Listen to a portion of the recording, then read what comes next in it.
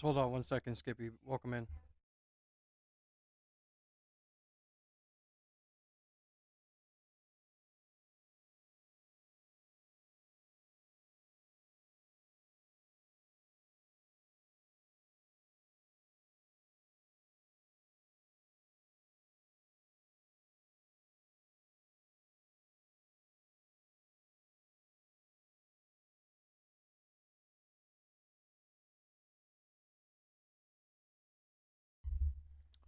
Yeah, we're getting snow. It's supposed to be snowing by noon, Skippy. So it's supposed to be snowing by noon with us today. Welcome in everybody that's new to the stream. If you guys are new to the channel, make sure you guys hit that subscribe button. Join the See Me Now family. I hope everybody's having a fantastic day. Make sure you guys subscribe if you haven't already. Hit the notification bell. I appreciate every single one of you guys for being here today. We haven't covered the Bride of Charlie in a while because it just gets repetitive, and I just wait to let Candace kind of do her thing, and then we'll get into it.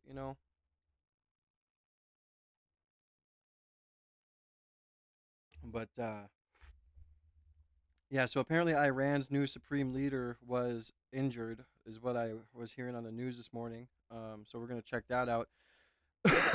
Make sure you guys hit the subscribe button with the notification bell. Join the See Me Now family. We're on the road to 20K subs. Let's get rid of these from yesterday. All right, let's see how many subs we're at right now.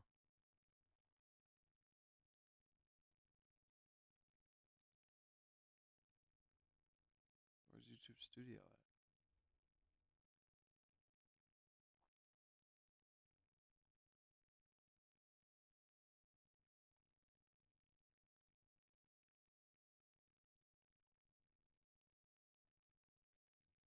Right, 10,817. We need 107 or 83 more people to sub, and we'll be there. But yeah, we're getting snow tonight. Snow by noon. It's looking like a big supercell is hitting us. But I must say that it looks like we're kind of getting the short end of it. Maybe, I don't know. It always changes, but yeah. So we're gonna get into the Candace Owens covering Erica. She's been making some interesting links with Erica Kirk to Jeffrey Epstein, so we're going to check that out. We'll check out the Iran war updates as well. Prices have increased. They were back above $100 a barrel in. Looks like around the world as well that people are dipping into their oil reserves, and we're all helping each other out. So that sounds awesome. Not sure that how true everything is. You can't believe everything you see on mainstream media, but that's pretty cool. If we each country, the IAE, I think it was dipping into their oil and helping us out, so that's awesome. Yeah, we're gonna go over the Bride of Charlie stuff. Like I said, I usually have been covering Candace here and there because it just gets repetitive. And I just, I would like to let her upload throughout the week and then kind of review what I think is interesting, right? So that's what we're going to do. Make sure you guys hit the subscribe button if you haven't already. Everybody coming in here, make sure you double tap the screen. We always try and hit 100 likes within the first 60 minutes. We have 54 minutes left within the first hour, so everybody that's in here, support your boy. Appreciate you guys for being here. I'm going to put a super chat goal up today. If you guys want your chats read, make sure you super chat while I'm reacting. I'm not going to just read every chat while I'm reacting, mainly because I'm skipping the trolls, and if you want to troll, then you can donate, right? So that's how we're rocking today. Appreciate you guys for being here. It's Thursday, tomorrow's Friday. Hopefully you guys got some good plans for the weekend. Much love to everybody. It's a little bit dark outside today, so you got kind of a dark ambiance in the webcam today.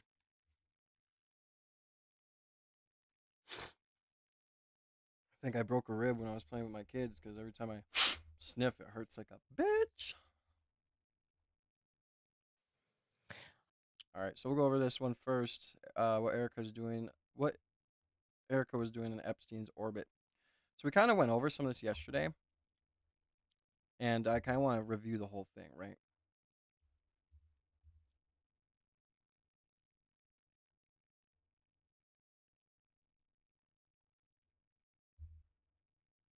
All right, you guys. Well, I can tell you that this young lady is my whole mood today.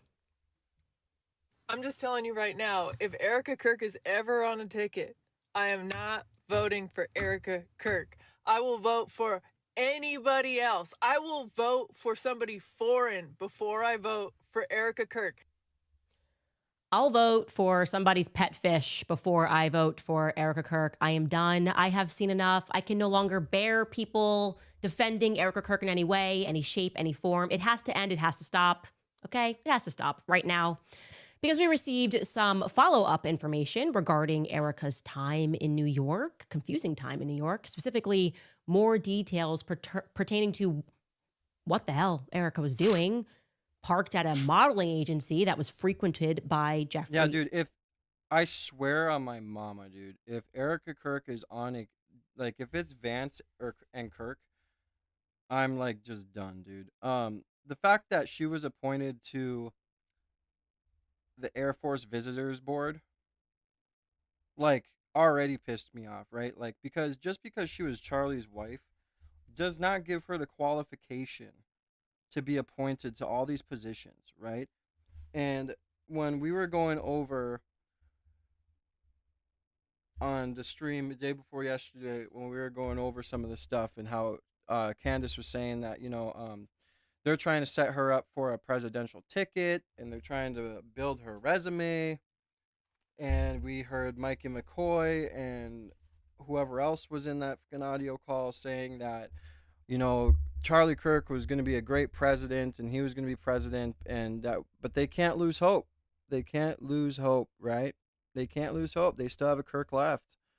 And she would be a great president, they said. No. This may be a hot take, but keep women away from the military that are not qualified, and especially keep them away from the presidency, period. Have you not seen, was Kamala Harris not our wake-up call? What was Kamala Harris not our wake-up call last year? Or last president run, whatever? You think Kamala would have been bad? Huh. Erica's interest would definitely be more for another country than ours. Allegedly. Epstein. And you know what? And I'm just going to preface this stream because I'm probably going to say a lot of wild stuff today.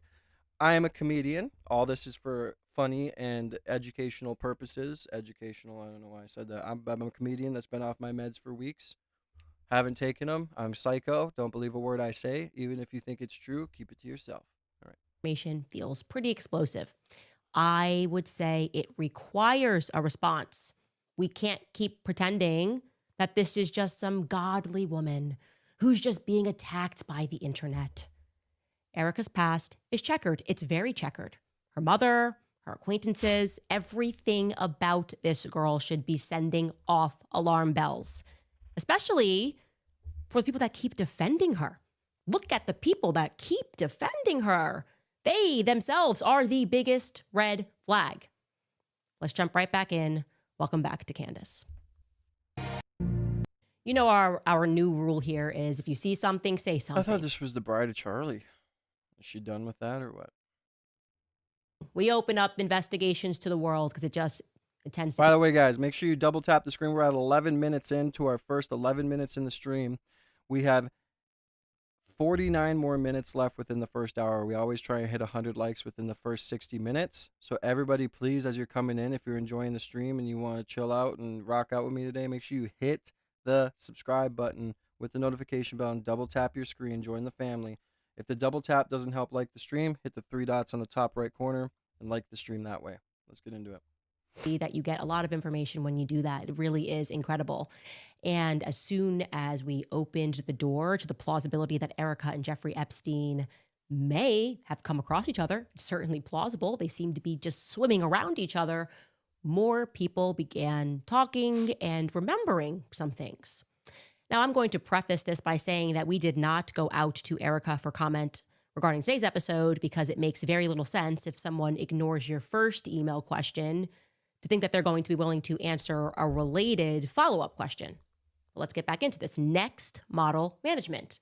It was co-founded by Faith Cates. We told you this yesterday, a dear friend to Jeffrey Epstein, all over the emails, 4,000 plus times. Her offices had a ton of Eastern European models that were going through it. She's actually known for having made the careers of various Eastern European models. And like I told you guys, Jeffrey Epstein was around this office a lot. He frequented the office as you would if it was your friends. All of this is a fact. Now, another interesting fact is that Faith Cates, she actually knew Epstein since before she co-founded Next, because she was actually the vice president of the women's division over at Wilhelmina Models first. Wilhelmina Models was co-founded by Fran Rothschild, okay? Frances Rothschild is her name. Now, why is that interesting? Because you will recall in Jeffrey Epstein's recently released emails that he said to Peter Thiel that he works directly for the Rothschilds family. He's spreading around their money. I will show you that email here so that we can confirm it. It is Jeffrey to Peter. He says, as you probably know, I represent the Rothschilds. I was hoping to figure out a way for the bank that has $160 billion in management to do something in tech. Best client list in the world, prehistoric products, it can wait. Okay, just asserting that as a fact here. All right. Now, what is also a fact is that the Rothschilds credit themselves with creating the modern state. Yeah, I was watching this clip this morning too, and what's crazy with the Trump and Epstein files is this. It was when Pam Bondi. Excuse me. It was when Pam Bondi was testifying before the House or whatever, and that one guy called her a liar and said that there was ample evidence. And apparently this girl that had accused Trump of rape ended up coming out, and she got her brains blown out, right? I didn't know that, right? That's pretty crazy. So he has to give a deposition. Like, we got the Clintons to do it, we got Les Wexner to do it. If we could get these people to do it, let's get Trump in there, right? I mean, for the people, right? MAGA. I don't even think MAGA's a thing anymore. I think MAGA's a thing, but I don't think it's Trump's anymore. It's ours.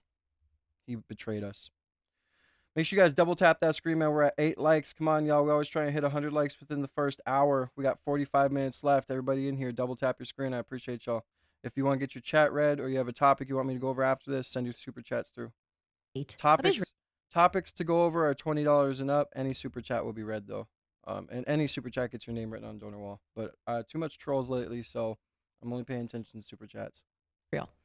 Zionism was therefore their platitude. Zionists were also the people that were squeezing Charlie Kirk at the end of his life, morally blackmailing Charlie Kirk, stressing out Charlie Kirk, pulling money away from Charlie Kirk and the organization. Charlie himself said that he was done with the pro-Israel cause. But then he was murdered. And his wife did a complete 180 like LBJ, inviting, frankly, deranged Zionists into the fold immediately. Ben Shapiro, who was, in fact, an enemy to her husband, effectively opened AmFest. She came out first. And then Ben Shapiro came out second. He was also allowed onto Charlie Kirk's show and appeared in person, rather, in his studio. Very odd. I just want you to know that I hate what happened to Charlie, so I'm gonna donate $1 million to TPUSA. Remember that? Park that into your mind. She never came out and said anything about Josh Hammer lying when he said that Charlie never blinked on Israel. She never said anything at all about what Charlie was going through. Never said, oh, that donor took money away from him. I'm so angry about that. Not once. Actually, you could argue she did the opposite. She was setting up interviews with the likes of Barry Weiss, pushing Charlie's final book, Shabbat Shalom, Shabbat Shalom. Okay, we got it. Now, what is also a fact is that some of the employees and some of the people who were associated parties with Next Models remember Erica Francfe at the office taking meetings. Weird. Because Erica Kirk, despite her very illustrious, multi-hyphenated career, she's actually never made the claim to have worked for a modeling agency. So what was she doing? That was a question we went out to her with. What were you actually doing here parked up at this office. What is your connection here to Next Model Agency, Next Model Management? And yeah, do you know Faith Cates? How do you know Faith Cates, Erica? Did you see Epstein walking around the office? Fair questions. Well, what we can now confirm, and these are eyewitness accounts specifically, that they recall Erica because she was taking meetings at the office, and those offices were pertaining to real estate. Real estate for the models that were coming from Eastern Europe, who were being packed like sardines into apartment buildings. Now, on background, in case you're not familiar with the modeling industry, as I am not, the sources confirm that what is typical in the modeling world was for agencies to find places for girls to stay while they were in New York. They tell me. Yeah, because as you guys can remember too, it's in the Epstein files when Epstein was talking to one of the models that he was working with, and he would be very abusive and condescending in his emails, and oh, you didn't thank me, so you can kiss your apartment goodbye, and blah blah blah blah. Like, he would house a lot of and I'm going to quote this here. I quote, "Younger girls, when they first get to New York City, they pack them in like cattle into one apartment." End quote. Which makes Erica's role curious, because multiple people remember, and they say that Erica Francevey was the contact. Specifically, what they recall is she was the contact for a white building on the Upper East Side, around 68th Street and 2nd and 3rd Avenue. Guys, there's 148 of you in here. Double tap the screen, show some love and support. We always try and hit 100 likes within the first 60 minutes. Try and help propel me into the algorithm. We're 19 minutes in. We have 41 minutes left. Everybody double tap your screens. If double tapping your screen doesn't work, hit the 3 dots on the top right corner and like the stream that way. And subscribe. Join the See Me Now family, fuckers.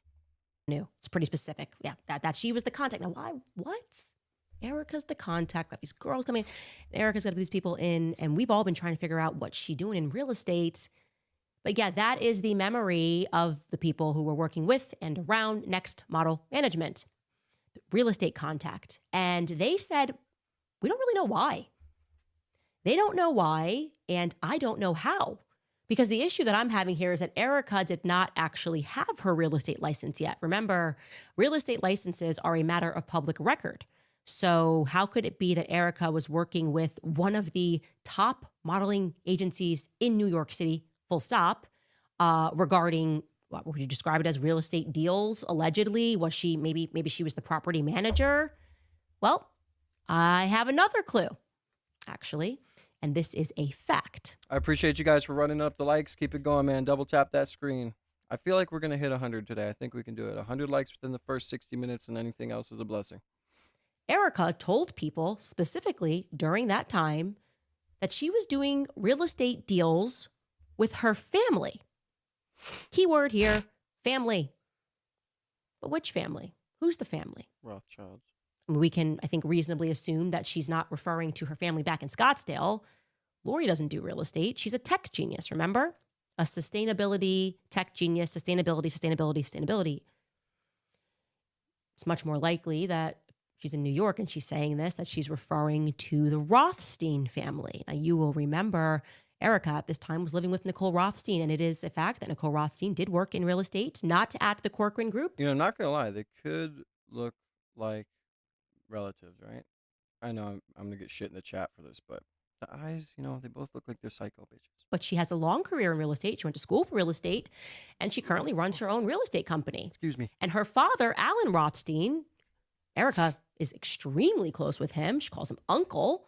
He was the chairman, might still be the chairman of Wynn Haven Real Estate. And yeah, like I said, this is what she wrote about him on Instagram in 2017. This post reads, "There's something powerful about God's strategic planning when it comes to the people that he has surrounded you. How blessed am I to have individuals like you, Uncle Alan, in my life that are filled with spirit. Constantly seeing life in bloom, I have watched you face adversity and triumph, and in doing so, pass a gift of courage and a message of understanding to those around you, that if you live boldly and fearlessly, the impossible is possible. I love you. Okay. She loves her Uncle Alan. Now, I bring this up because I'm just asserting that it is very plausible that these were the people who introduced Erica to the world of real estate. I will also add here that I haven't gone down the Rothstein rabbit hole, but I do know that Rothsteins in New York, if they are at all related to Alan, to the Rothstein that was involved with fixing the White Sox game, that's a Rothschild. That's a Rothschild family member. His mother was a Rothschild. Again, I don't know if that is true, but it sure would be interesting to find that out.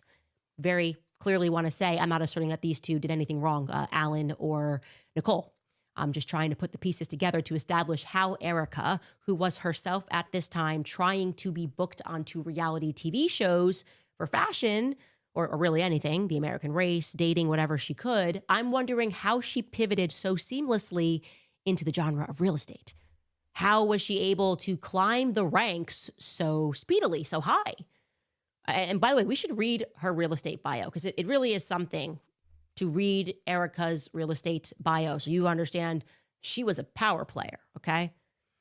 It reads, and I'm sorry, it's a little bit small for me. Erica Franzfey is a multi-dimensional entrepreneur. She keeps writing that, and I don't really know what that means. Like, is she in 2D? Is she For the chat too, one question I had last night, I was really talking in depth with my mom for a little bit because we were talking about, apparently there was a threat to Iran was trying to strike California. The elites control everything. Like, they control the propaganda. They control what we see and all this stuff. Why are we seeing Epstein? Like, if they really wanted it to be covered up, it would be. Like, we see what they want us to see. So what's the reason for Epstein coming out? What's if all the elites and all these people are involved with this, why are we seeing it? And that's just one thing that's been racking my brain lately, right? Anyways, much love to you guys. We just need 77 more beautiful people to double tap their screen. We'll be at 100 likes. We have 36 minutes left within the first hour of the stream. Appreciate everybody for liking up and subbing up. God bless you guys. 4D. It's just like a Tesseract again. Anyway, Erica Franzfey is a multi-dimensional entrepreneur with a bold and steadfast faith that has sustainability, her borderless heart. She has lived all over the world, from Los Angeles to China, working in the entertainment industry as an agency-represented model, actress, and casting director. She does it all. Several years ago, after her heart was captured by the contagious inspiration of America's most transnational city, she bought a one-way ticket to New York City and made it home. Erica is known throughout her community and deep network base as an influential and positive voice. Her experience working on the developer side of the New York City real estate industry is a tremendous asset to her role as an agent. With a work ethic that is unmatched and a zealous disposition to make a difference, her main focus is the fiduciary relationship. I'm sorry, excuse me? Is she in finance now? With her clients? Is she managing their money? I don't know. While placing their real estate needs as her top priority. Who are these clients? Her focus, she says, is fiduciary. It's interesting. We go on. Erica is also the founder and CEO of Everyday Heroes Like You, a 501c3 charitable organization that assists other nonprofits globally. The organization celebrates their 12th year and their long-standing partnership with the United States Marine Corps by expanding into China and Costa Rica, while continuing their community outreach programs in the United States and Constanta, Romania. Erica's perseverant spirit has been the driving force behind her eclectic background. No. From being a former NCAA women's... No. What are you doing? You cannot lay on my computer. Bro, you are huge. Get off me. Gosh. Oh. Sorry, I gotta rewind this a tish. This freaking dog just tried laying on my table. The hell? Fucker's huge. It's interesting. We go on. Erica is also the founder and CEO of Everyday Heroes Like You, a 501c3 charitable organization that assists other nonprofits globally. The organization celebrates their 12th year and their long-standing partnership with the United States Marine Corps by expanding into China and Costa Rica, while continuing their community outreach programs in the United States and Constanta, Romania. Erica's perseverant spirit has been the driving force behind her eclectic background, from being a former NCAA women's basketball athlete. Yeah, he's asking to take him out for a walk. Dude, this guy, I don't have to put a leash on him when he's outside. He's just trained. He stays by me, but he is one of the most jealous dogs you'll ever know. He comes and tries to bug you when you lay down, when you I can call my freaking daughter's name and he comes to me. He's just something else. Good dog though, good dog. But he's an asshole sometimes. Zeus, you're an asshole sometimes. Anyways, like the stream, guys. We just need 73 more beautiful people to double tap their screen or hit the 3 dots in the top right corner and hit the like button that way, and then we'll be at 100 likes. I appreciate you guys. We always try and hit 100 likes within the first hour. We have 32 minutes left. Sorry. To Miss Arizona USA 2012, she knows what it takes to set a goal and fearlessly pursue it. Erica graduated magna cum laude. We have not been able to confirm that. That seems to be made up, but so is the rest of this bio appear to be made up. So we'll just keep going with a double major in political science and international relations. That also appears to be made up because international relations was not offered at that year. From Arizona State University, and is currently pursuing a Juris Master degree at Liberty University. It's a lot. It's a mouthful. I just would like to know what I would like to know more than anything is what any of it means. And maybe I'm thinking out loud here, but how exactly do impoverished girls from Eastern Europe, young impoverished girls from Eastern Europe, afford apartments in one of the most expensive cities in the world? How are they making money as young models from Eastern Europe? Why is Erica the point person on that? Allegedly, but the people that dealt with her directly say so. I'd like to hear Erica's feedback on that. What was she doing? Who are these clients, these real estate clients that she's helping with their finances? Also, as an aside, why am I unable to confirm Erica's New York real estate license? I am indeed able to find a relic of it on a third-party site. You know what sucks too is that, or not, what's weird is that Erica Kirk wanted to meet with Candace Owens, right? It was like this big thing, and I remember when she did it, I was like, oh God, Candace is going to get compromised. It's either going to go one or two ways, right? Like, Candace Owens is either going to be like slowing down because Erica does something that makes her slow down, or she's going to go full steam ahead and really, really, really go at it. And for a minute there, I thought she was slowing down, right? She still wasn't bringing up any of this stuff she's bringing up now, like Romanian Angels Project and all that other stuff. But now she is bringing it up. And the crazy thing is that Erica ain't even, like, she's trying to inquire to Erica through email, like, answer these questions. Like, why are you connected to these people in this matter? And she doesn't answer back, you know? Like, what other way could you make yourself look more guilty, right? Than not answering back. If you have nothing to hide, you'd say, well, just bring me on your podcast and ask me, right? But I just feel like every time Candace Owens emails Erica Kirk, I feel like Candace is emailing better and better and better and more in-depth questions to where Erica's panicking. She's like, oh my God, like, she's on to me. She's getting on to more and more shit. Like, she's figuring it out, you know? Like, I bet you Erica's really freaking out right now. What kind of dog is the white one? He's 3/4 German Shepherd, 1/4 Alaskan Malamute, and 1/3 butt cheek, but 1/3 butthole. Right? Hey, Zeus, are you butthole? Oh, he's a nice dog. He's butthole sometimes though. Make sure you guys double tap that screen, man. We just need 71 more beautiful people to double tap that screen so we can hit 100 likes within the first hour. We're 31 minutes in, guys. We have 29 minutes left. Everybody like the stream. Yeah, no, Candace ain't backing down. And that's why I appreciate it. But I just think it makes Erica look way worse when she doesn't answer the inquiries that Candace is putting in, right? But I'm not able to independently verify it on New York State's Division of Licenses website now. The New York State, as from what I'm seeing at first glance, is supposed to hold this information for at least 6 years, but I can't find a shred of proof regarding which real estate deals Erica completed. All right, so maybe you guys can help because we're coming up to the 6-year deadline. That should be October of this year. Here is her real estate license, the relic of it that I found.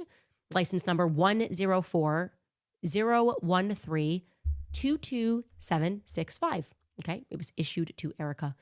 They are active for 2 years, so we can discern that it was issued on October 24th of 2018, and it was valid at least until 2020. You should anything real estate people in Like the stream, guys. Come on.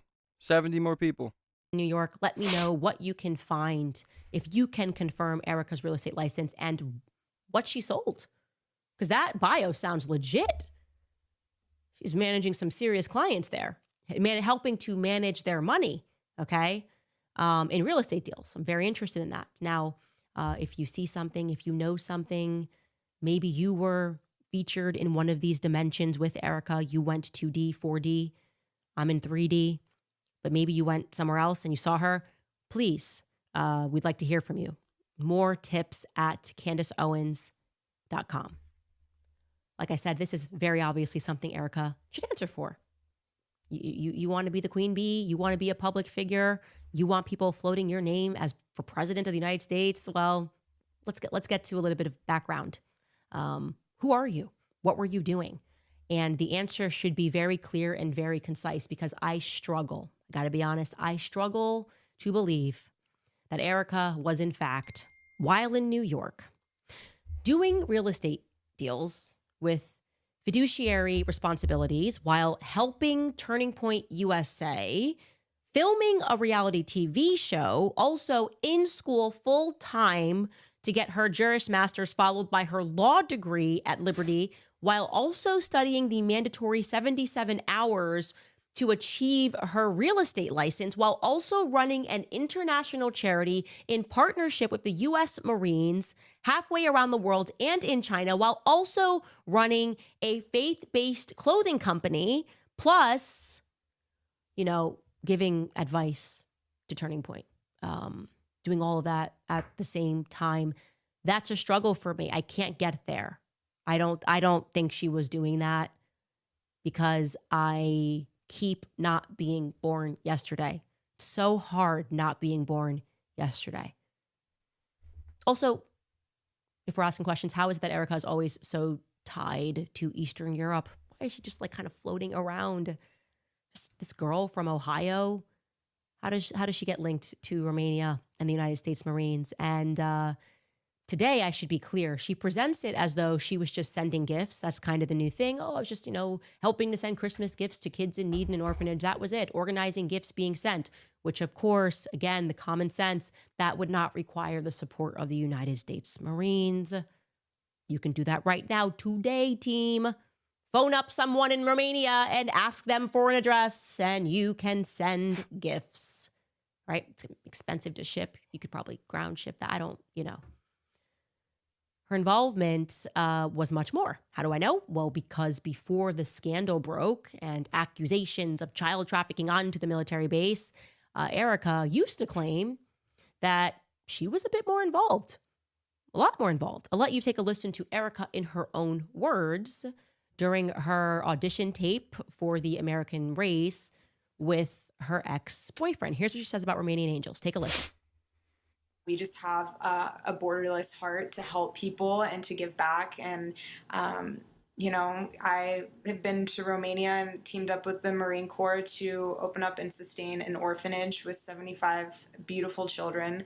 And that's called Romanian Angels through my nonprofit, Everyday Heroes Like You. Candace. All right, fetch. Sorry. Everyday. Make sure you guys double tap that screen. We have 220 people in here. We're only at 36 likes. We just need 64 more people to like the stream. We'll be at 100 likes within the first 60 minutes. We always try and hit 100 likes within the first hour. So show some love and support. We have 24 minutes left. Show some love and support by hitting the like button and double tapping the screen. If double tap doesn't work, hit the three dots in the top right corner and like the stream that way. We're at 10,819 subscribers. We're on the road to 20K. Everybody sub up, man. Join the family. I appreciate you guys. God bless. Heroes Like You. She opened up. And again, if you guys want your chats read, you need the super chat. The chat is moving quickly for me, and I am watching. It doesn't help when you're spamming, and not only that, but I'm watching this, trying to remember stuff and to react to it so I can start researching other shit. If you guys want your chats read, you have something interesting to say, or you have an opinion, send your super chats through $2, and you can say whatever you want. Get your name on the donor wall, and yeah, too much trolls lately, so I'm not gonna read anything but super chats unless it's somebody that's already part of the family that I know isn't a troll. In partnership with the Marines, she opened up and she sustained an orphanage. So I would like to know more about that. I do. I now need to know more about that. I do think that the TikTokers were not so crazy, instantly going down that rabbit hole and asking for more information. And I feel even more compelled to get information about that because according to one of the former children, now an adult, the former child, now an adult, who was adopted out of Antonio's placement center, that is notably a corrupt orphanage. Okay, this is, and she's referring to Antonio's placement center. Just to make it clear for you guys, Everyday Heroes is her 501c3, and then they do various projects. This was called the Romanian Angels Project, and they did this. The Romanian Angels, so to speak, were living at Antonio's placement center in Constanta, Romania, where our base was. And I'm going to read you this email from someone who was placed from the Antonio Placement Center. It reads, Dear Candace, I am writing to share personal historical context regarding the Antonio Placement Center in Constanta, Romania, which may be relevant to your reporting on Erica Kirk and the Romanian Angels Project. While independent fact checkers have found no evidence linking Ms. Kirk's work to illicit activities, I believe the history of the Antonio Placement Center warrants further investigation. I was personally placed in this center under dubious circumstances involving misdiagnosis and institutional pressure before being adopted internationally. This center in particular, a notorious... Sorry, guys. Thank you to... I usually shout out the new subscribers. Thank you to Boss Lady for the subscription. God bless you and your family. Welcome to the See Me Now family. For corruption and illicit activities, such as trafficking children, which is why I was shocked that out of all of the placement centers in Romania, this was a center that she chose to partner with. It is noteworthy that Ms. Kirk's promotional materials from approximately 2012 to 2014 specifically referenced the Antonio Placement Center as a partner for her international efforts. This intersection is significant because the institution has been part of a broader system criticized for lack of transparency and the documented practice of placing children in care based on catastrophic language rather than medical or social necessity. In my own case, I was labeled with severe impairments that were not supported by my developmental records. Given how much history there is about Romanian institutional practices, adoption controversies, and the experience of people who grew up in these centers, it seems important to look beyond the social media claims and consider the history and operations of Antonio Placement Center itself. Best regards, Larissa. Well, I hear that call, and I would like to hear from some more people who were adopted from the Antonio Placement Center in Constanta. Also, if you live in Romania, you have access. Appreciate you, Boss Lady. God bless. To documents. I would like to know, I would like to separate fact from fiction, or Erica from Erica. Did they start and open the Antonio Placement Center? Does that mean they took over the Antonio Placement Center? Was the U.S. Marines operating it? Or were they just pretending to give gifts? I want to know as much as there is to know because I have the ick. And speaking of the ick, we should talk about Tyler Boyer, Erica's friend, her dear friend. No problem, Chandra. When you guys are a part of the family and you guys are supporting me and give me your time, the best thing I can do is support you and give you my time. It's called a two-way street, not one way. So much love. Everybody that's a part of the family, I do truly appreciate you. When I say this is a family, I truly do mean it. Make sure you join the Discord. The link is in my bio. Let me know if it doesn't work, and I'll update it. Become a part of the community. We're on the road to 20K subs, and I do truly promise you this is the best family on YouTube, one of the most fastest growing channels when we are grinding. Appreciate every single one of you guys for being here today and joining the family. Chandra, thank you for being a part of it already. Erica Kirk and her behavior after Charlie's murder is disgusting. I agree. And I don't think that she should be appointed to all these positions. She's truly not qualified. Just because you're the wife of Charlie doesn't mean you're qualified. Just because you have the last name Kirk doesn't mean you're qualified. So much love to you as well, Tia. God bless you guys. I'm going to return to reacting. So I do have a super chat goal up of 10 super chats, $2 and above. So make sure you guys help me reach my super chat goal. There's 3 hours on that. I don't know. It's probably gone down a while now, or a bit now. Yeah, 2 hours, 26 minutes. But God bless you guys, man. I appreciate you guys for being here today. Who introduced her to her husband, but for the life of her, she cannot remember how they met. It's a difficult one, tricky one, very tricky one. I had a person sent me a recent conversation that they had on social media with Tyler, because he gets a little snippy on social media, gaslights people, pretends he's a good guy. And this is his excuse for why he was in Romania in 2010. It's good to see it. Tyler says that this person was his business partner. I'm skipping to the bottom here. I studied Romanian in college to complement my Russian studies and did a few weeks studying abroad in school. Not everything is a conspiracy. I feel it is a conspiracy. I don't think it is just ironic that you happened to go right when the military base got set up and when Dennis Franzfei was there. I don't buy that.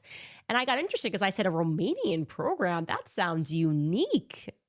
Does Arizona State University have a Romanian program? And they do, and the history of it.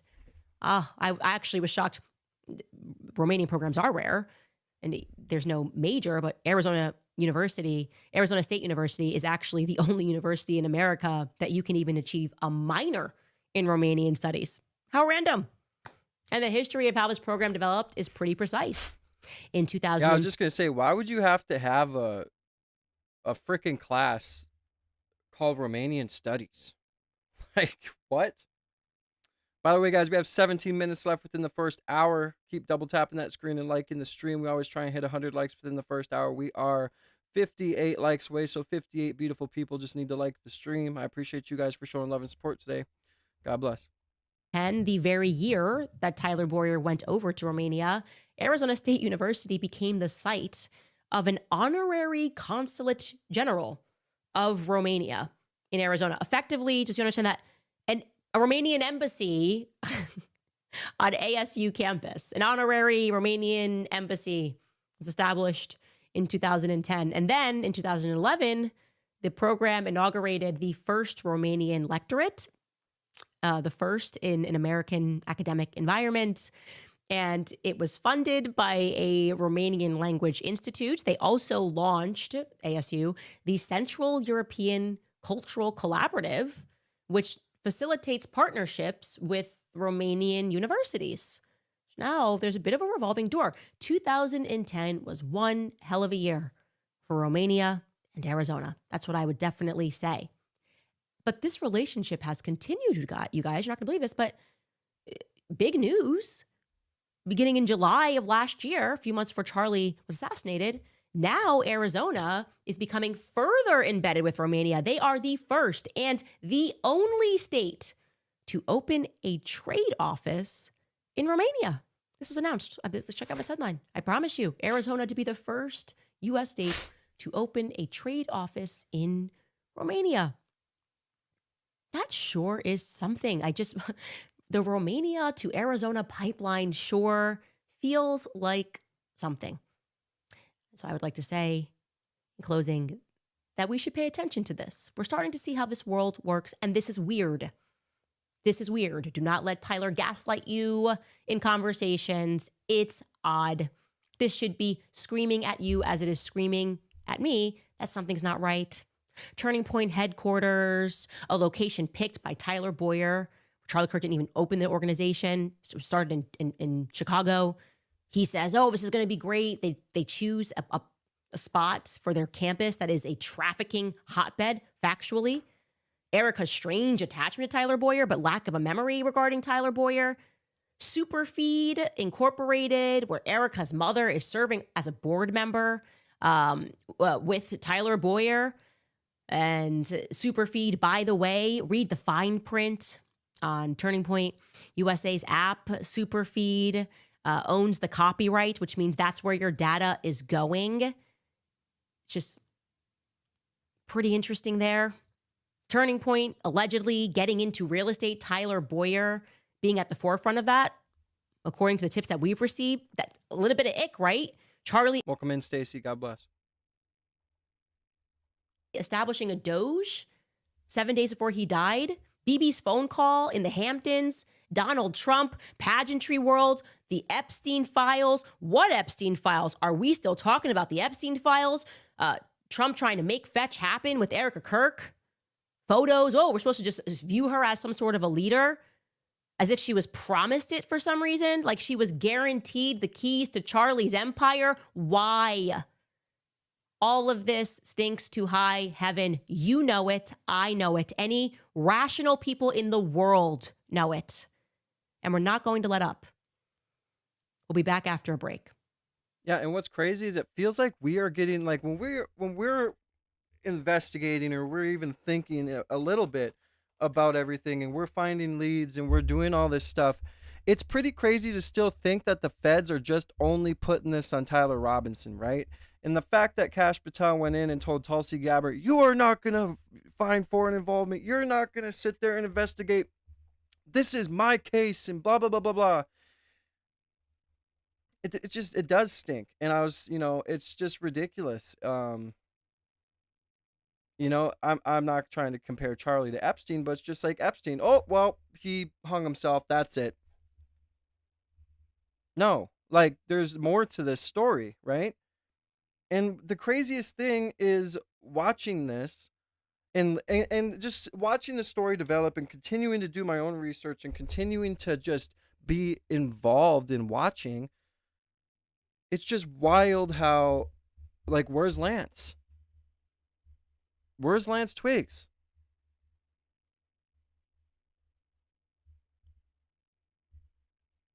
Where's the autopsy report? Why is Donald Trump endorsing Erica Kirk so much?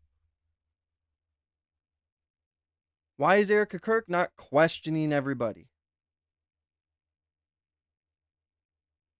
Because she's involved in some way, allegedly. Why is she not answering Candace's inquiries through email? She has nothing to hide. Why is it since the beginning of this fucking story, TPUSA has been one of the most sketchy things to watch right now? You pay attention to how they're doing their shows, how they're acting online.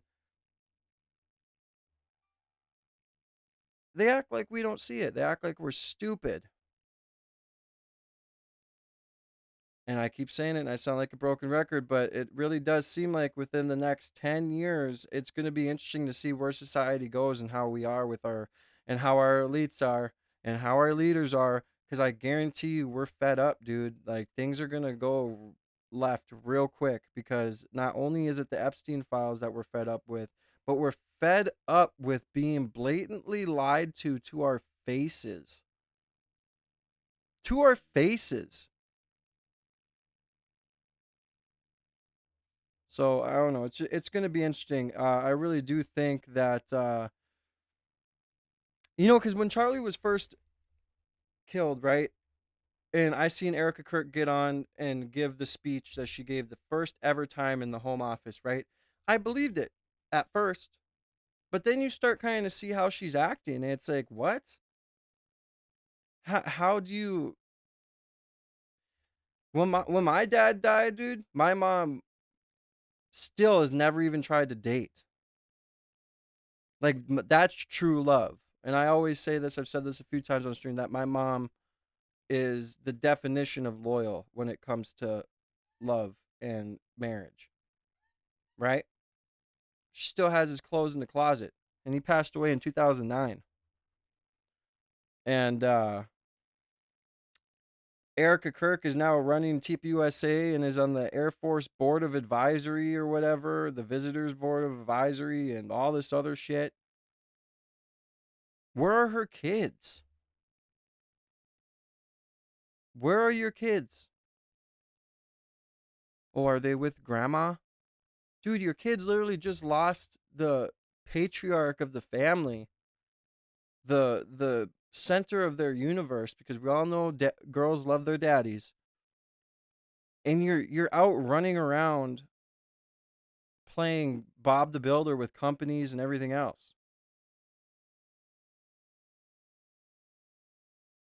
So it is what it is, man. At the end of the day, I know what loyalty is because I grew up seeing it. Um, like with my daughters, I have full custody of them. I'm not out there trying to chase tail. I'm not out there going to bars. I am trying to build my media company, but I still put everything into my children.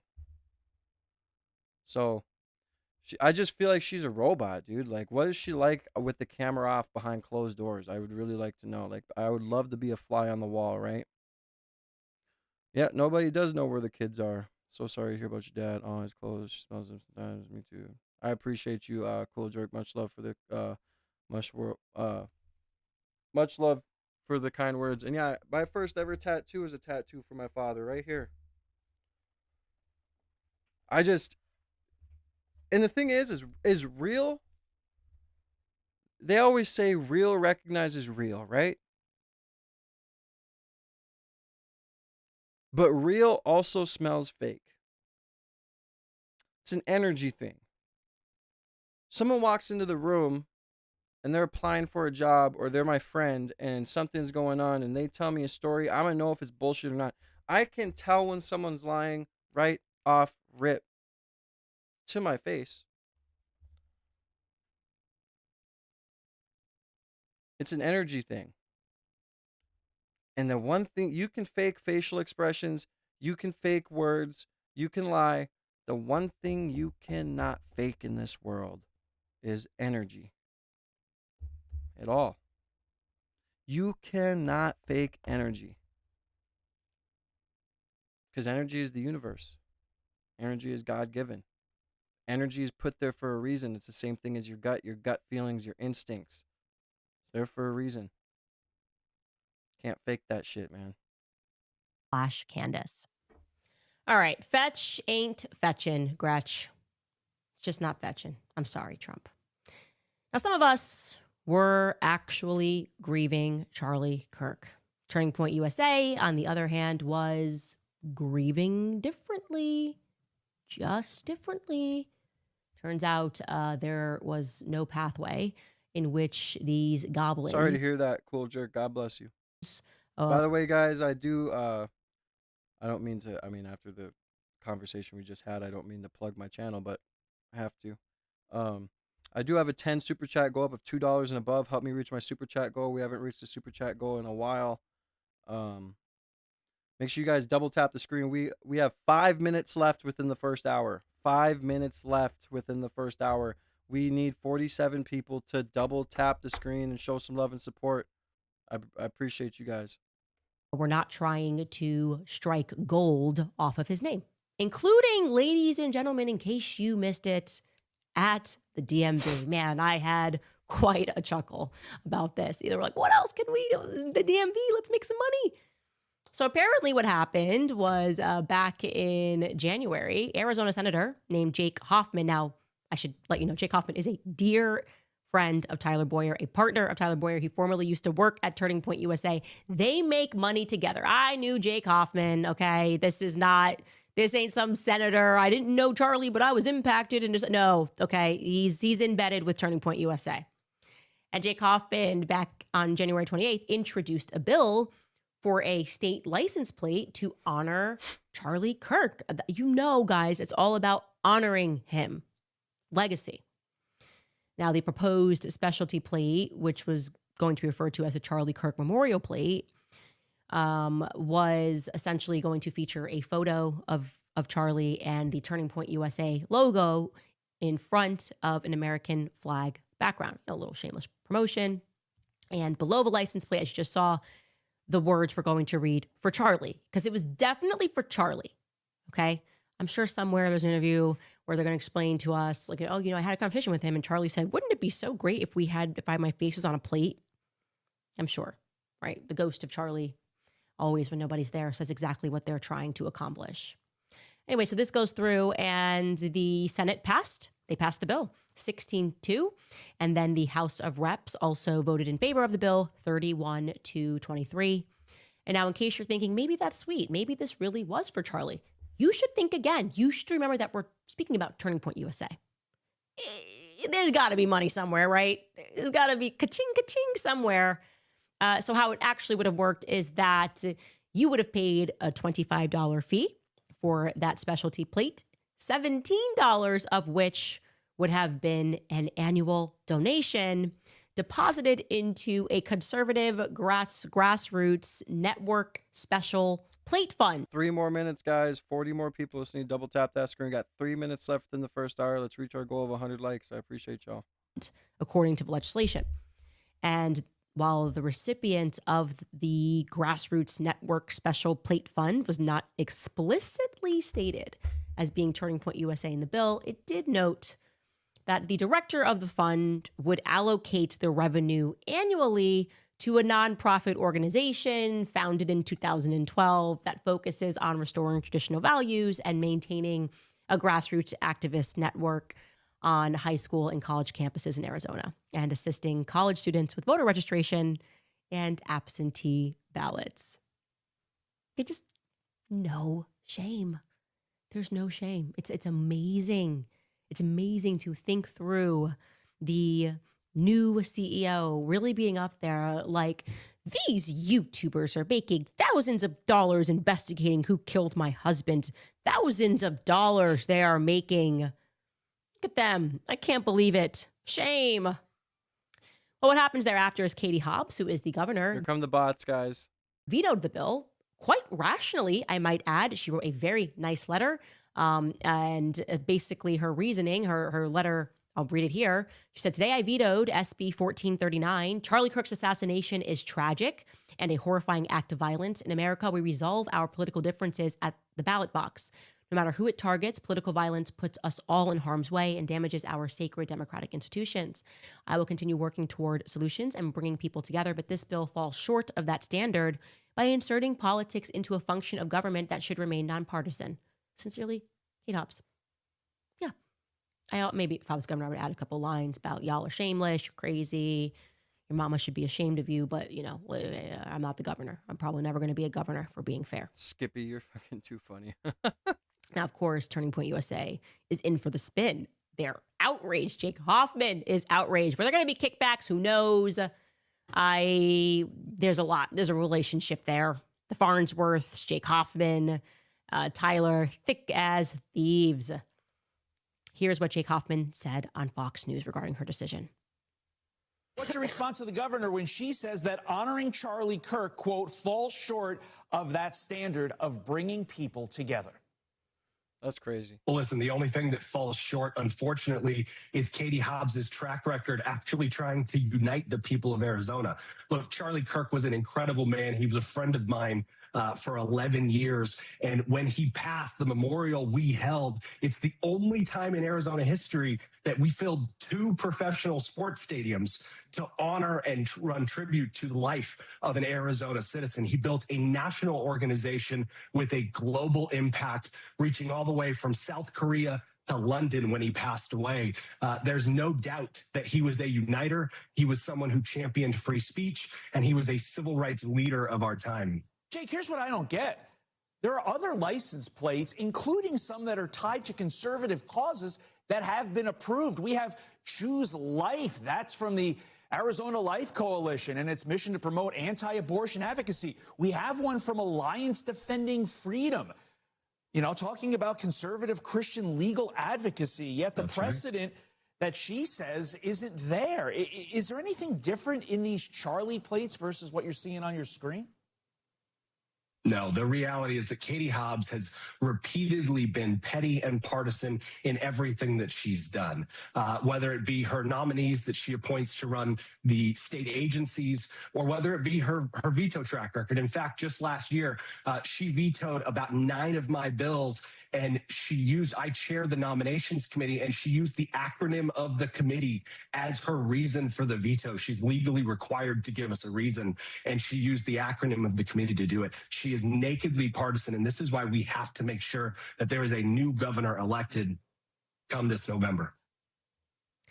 No, I don't care if Katie Hobbs wins the gubernatorial race. I don't care if a Republican wins. I am just so disgusted with politics in general that we're even pretending this is a left or right issue. Just say we want money. Just say we want to grift off of Charlie's death every which way and manner that we can. Just say we want the $17 out of the $25. Let's stop pretending it's about politics. Let's stop pretending it's about Democrat versus Republican. Let's just acknowledge that on both sides, everybody's filth. Everybody is filth.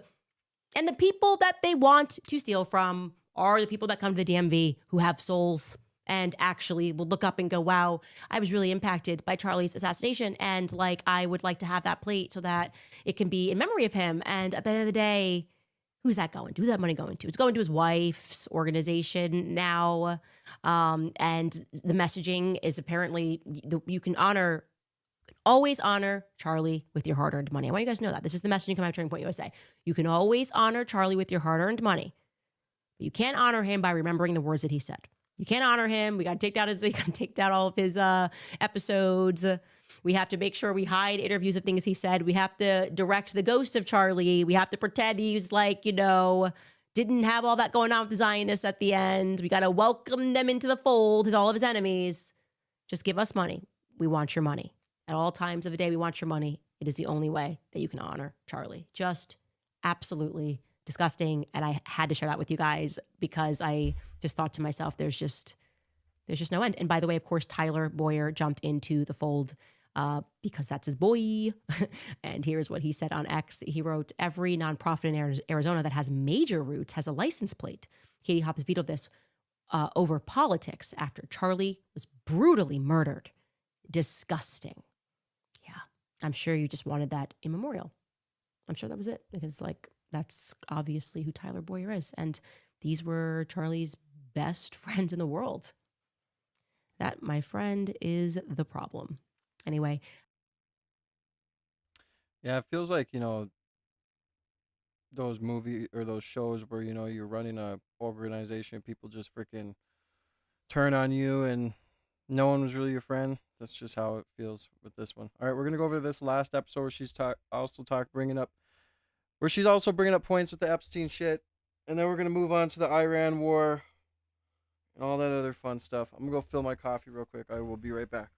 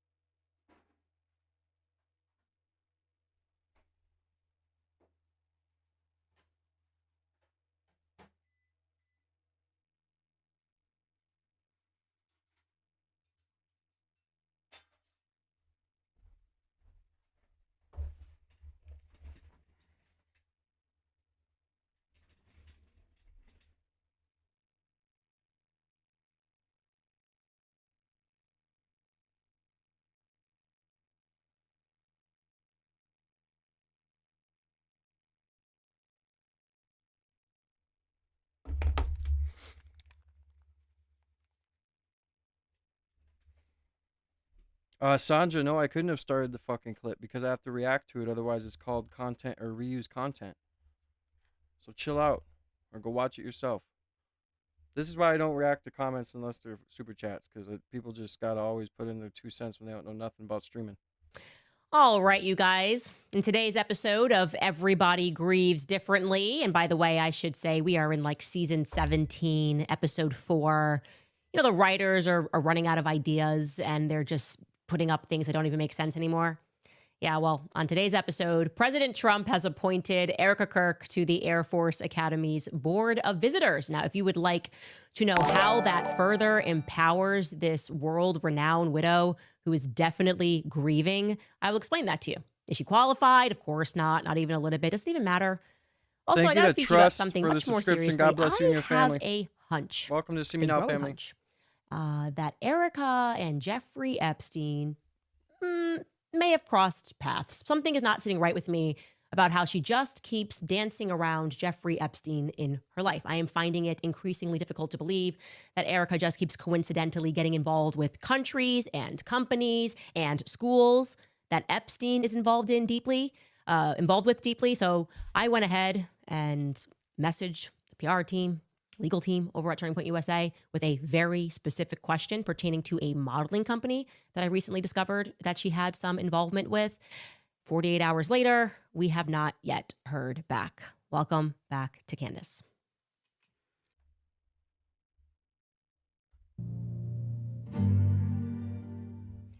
Okay, let's start with the major headline today. Erica Kirk has been appointed to the Air Force Academy Board. Yeah.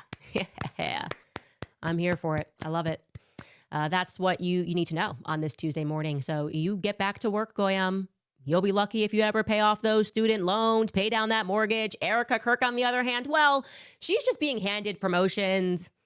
In case you missed it, her husband died. So now she will be advising the Department of Defense. I don't know. With this appointment, Erica joins just 15 other members. That's how exclusive this board is. There's just 15 other members, and they are responsible, just so you understand what the job requires, they're responsible for making recommendations to the Defense Secretary, Pete Hegseth, regarding changes to the Air Force Academy. They're also tasked with providing an annual report regarding the Military Institute's morale, its finances, its financial state, and its academics.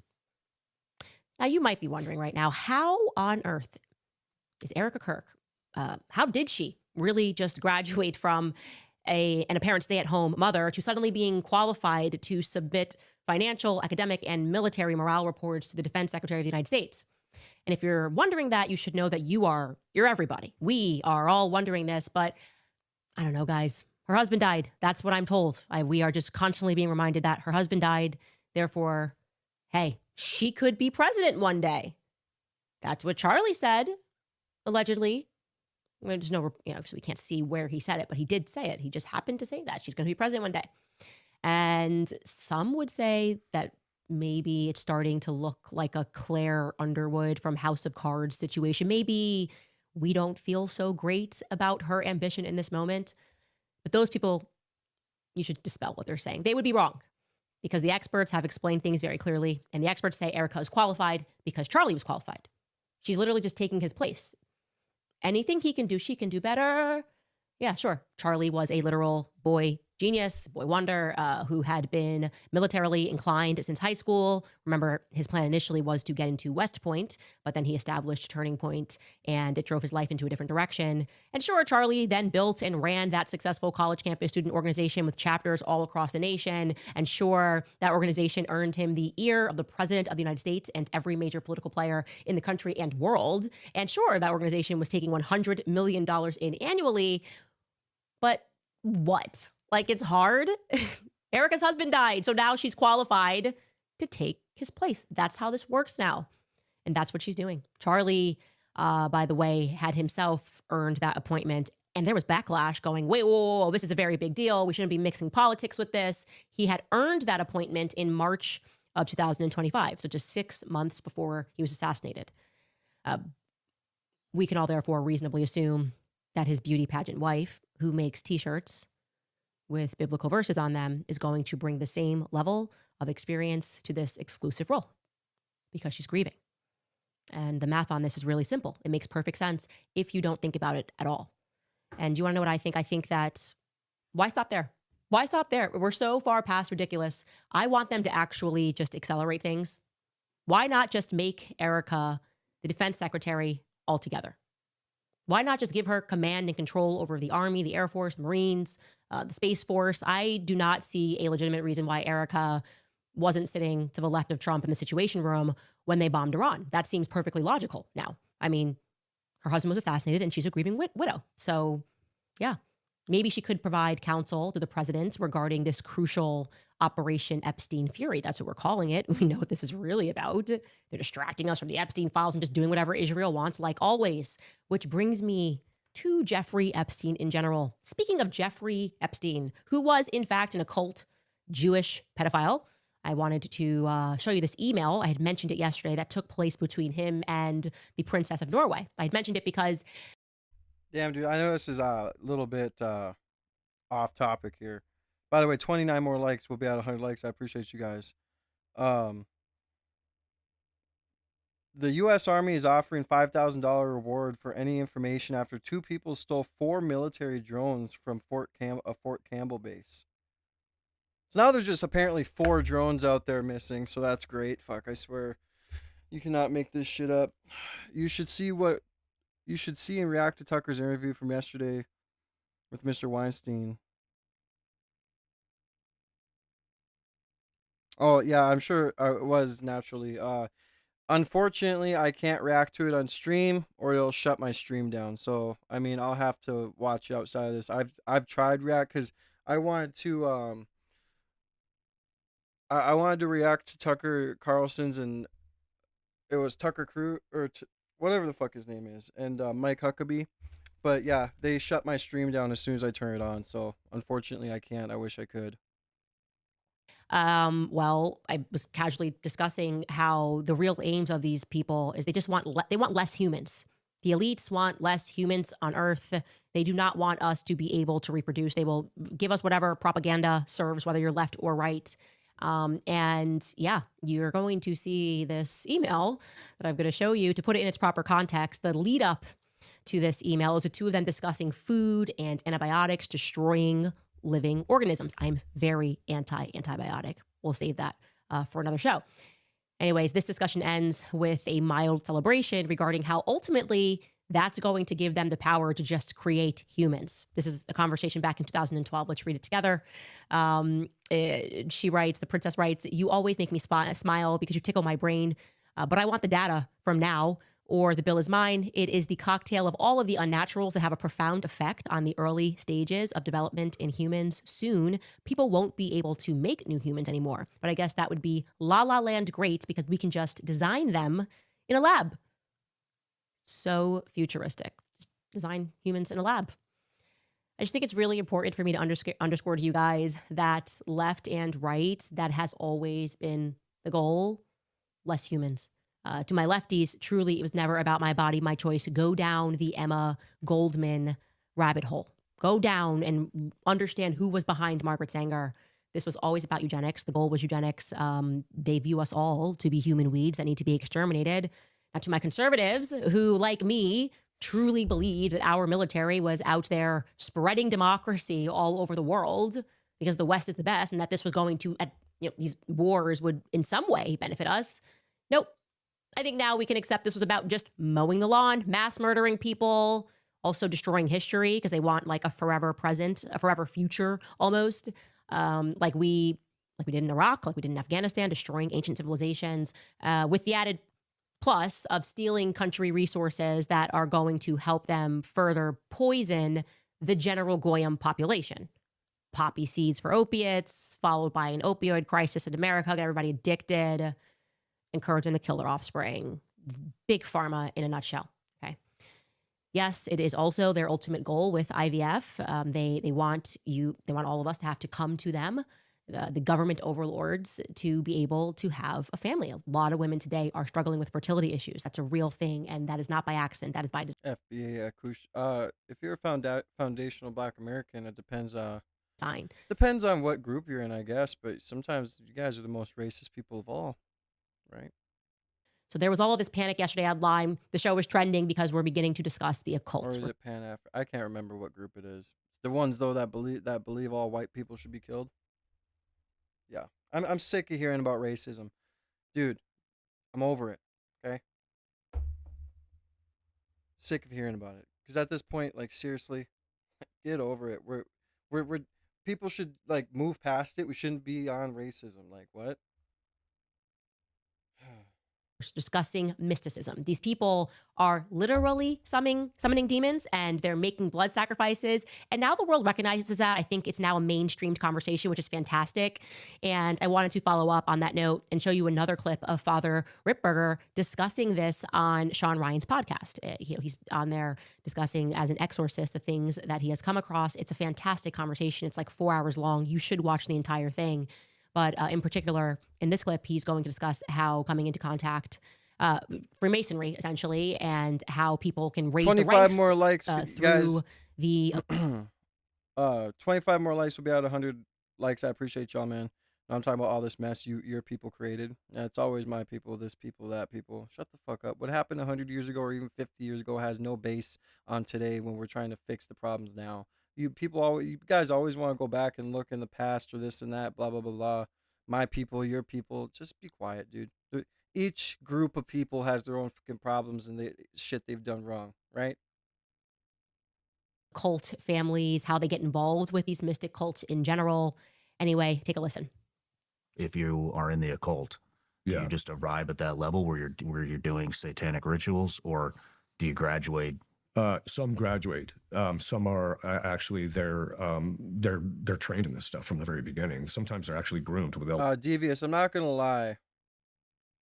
Not gonna lie. I would pay a lot of money to see Candace twerk. No, I'm just kidding. She's beautiful though. I really think Candace is beautiful.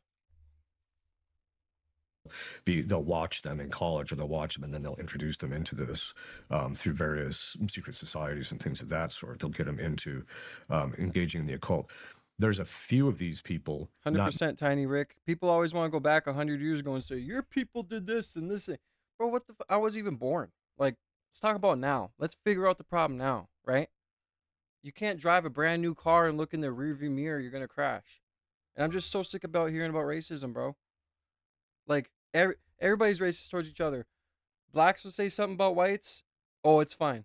Whites will say the same thing, just reversed, and it's racist. It's just, I'm over it. Like, what happened to the good old days where, like, you know, everybody can just get along and give each other shit, right? I mean, yes, there's bad people in this world that say bad shit, but the majority of us, we fuck with each other. You know what I mean?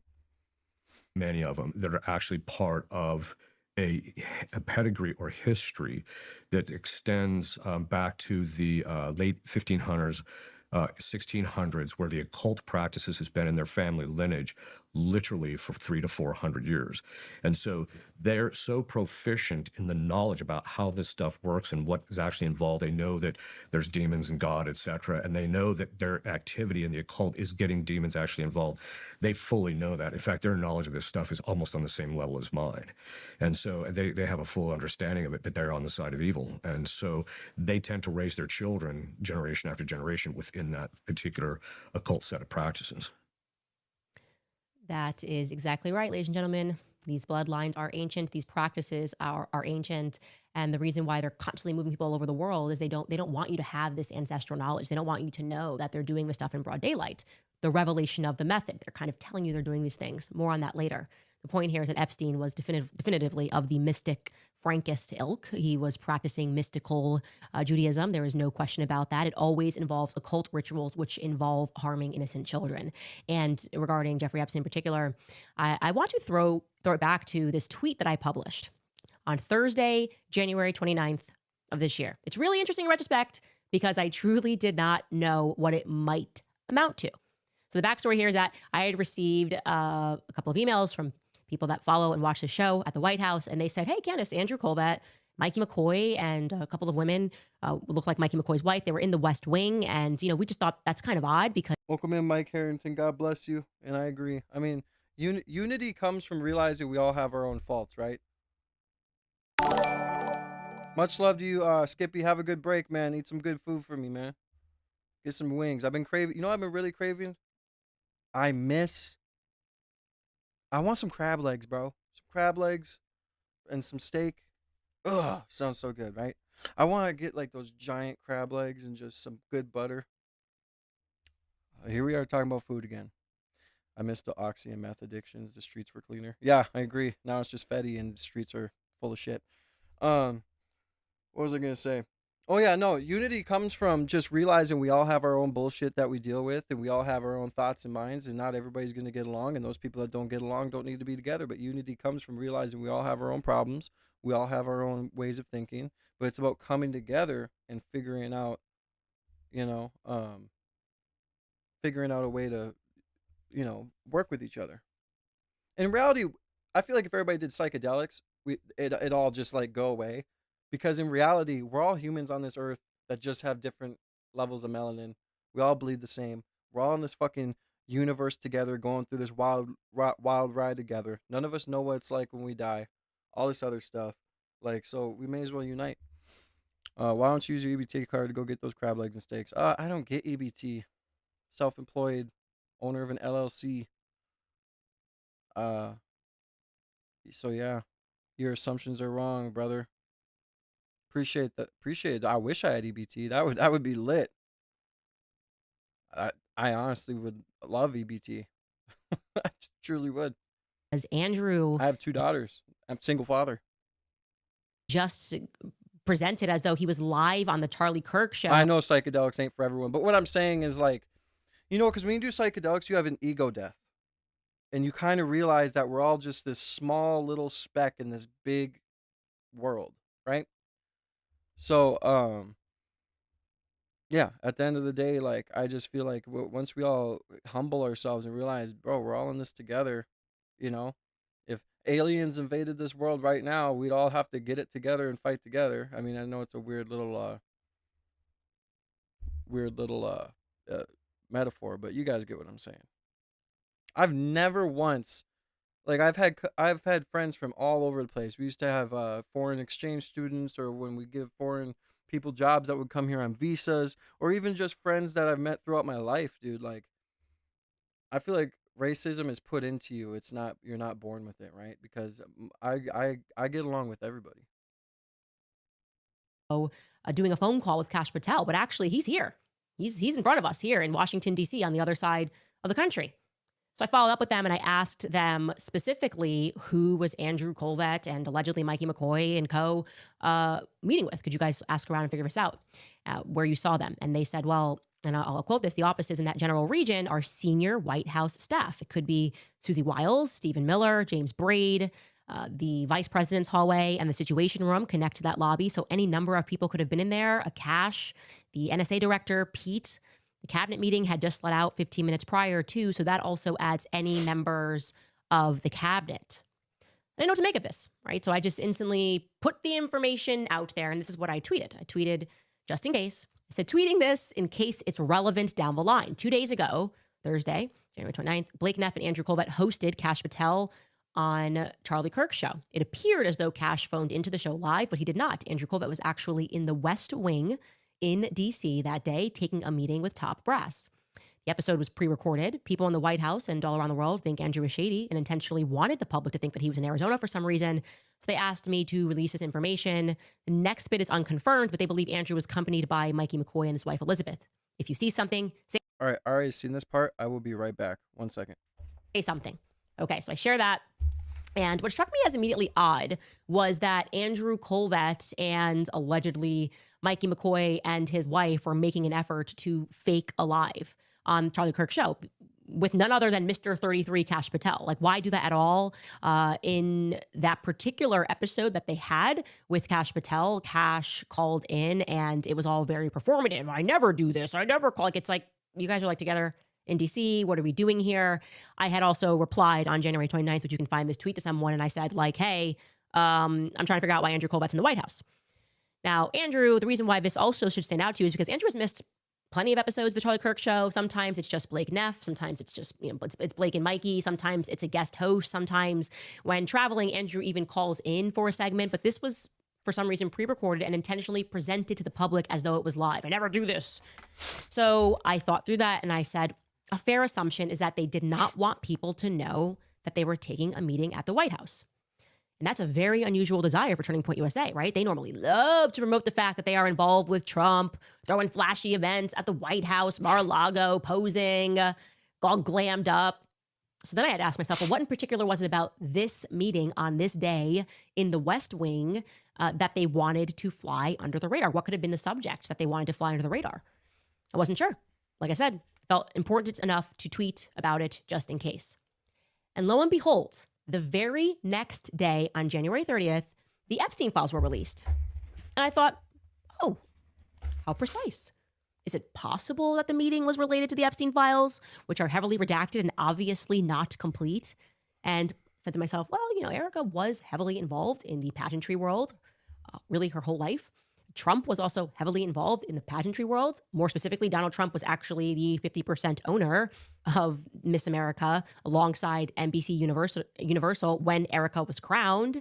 And Trump and Epstein's relationship, to be sure, seemed to be centered around pageantry and the modeling world and parties. There was even a lawsuit that was filed back in 1997 over a I pageant. don't care if you don't want to watch me, then leave. Seriously. I say what it is and I say how I feel. You got a problem with it, then I don't want you watching me anyway. It's like what Mac Miller said. Well, what if people don't like your music? Well, then I don't want them to be a part of my fan base. People who fuck with me, fuck with me. People who don't. I don't care. I don't force nothing. Company wherein one of the guys had said that during a meeting for his company that Jeffrey Epstein was there, which is kind of like an honorable mention. So, okay, and Trump has never denied that he hung out with Epstein. He said, I never went to the island, but there are obviously photos. So that's interesting. And I want to make sure you understand what Jeffrey Epstein did, how he was trafficking. It's important to remember that Jeffrey Epstein was specifically trafficking women from Eastern Europe through modeling agencies, okay? So it's a great cover, whether he was working with Victoria's Secret, Les Wexner hands him the keys, and all of a sudden he's like a casting director looking at all of these models. Jean-Luc Brunel in Paris, his agency, MC2 Modeling, Jean-Luc Brunel kills himself. The media doesn't want to mention the fact that they also had offices in Tel Aviv. Jean-Luc Brunel did. And that's how he was accomplishing it, because when you see a lot of women at a modeling agency, you don't go, oh, maybe these women are being trafficked from Europe.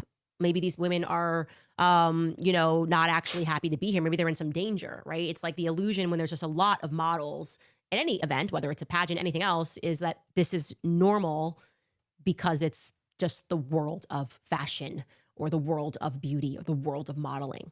Okay, so Victoria's Secret he's been casting for. And also when you go through his emails, it seems like he's also hand-picking girls for certain pageants. I mean, I've read through some of them. Like he had clearly a very strong relationship with the Miss North Carolina one year. But I thought, okay, maybe still another coincidence, right? Erica's in pageant world, Trump's in pageant world, Epstein's in pageant world-ish. Then we took a week off to investigate Erica, and I was even more stunned by some more coincidences, and I'm going to run you through them here, okay? So in 2010, we know Jeffrey Epstein, based on the emails, begins procuring models from Romania. We also know that that's the same time and year that the Black Sea Rotational Force in Constanta, Romania, is being led by Erica's cousin, Lieutenant Colonel Dennis Franzfei. It's the first time America is... God bless you, Mike. You have a great day at work. Much love to you, brother. God bless you. Appreciate you for being here in the subscription. Welcome to the See Me Now family, brother. Operating a base in Romania, which is later going to be accused of prostituting underage Romanian children. Brothel, Colonel Otto Buscher. Same time frame, Tyler Boyer goes out to Constanta, Romania, and he's hanging out and he's partying and he's drinking with Romanian models and parliament politicians. Then Tyler is going to return from Romania around September of 2010. Makes sense because he was attending Arizona State University, so school's got to get going. And then that same year, Jeffrey Epstein begins giving money to Arizona State University, specifically for their Origins project. Okay. 4 months after that, Erica, and this is now into 2011,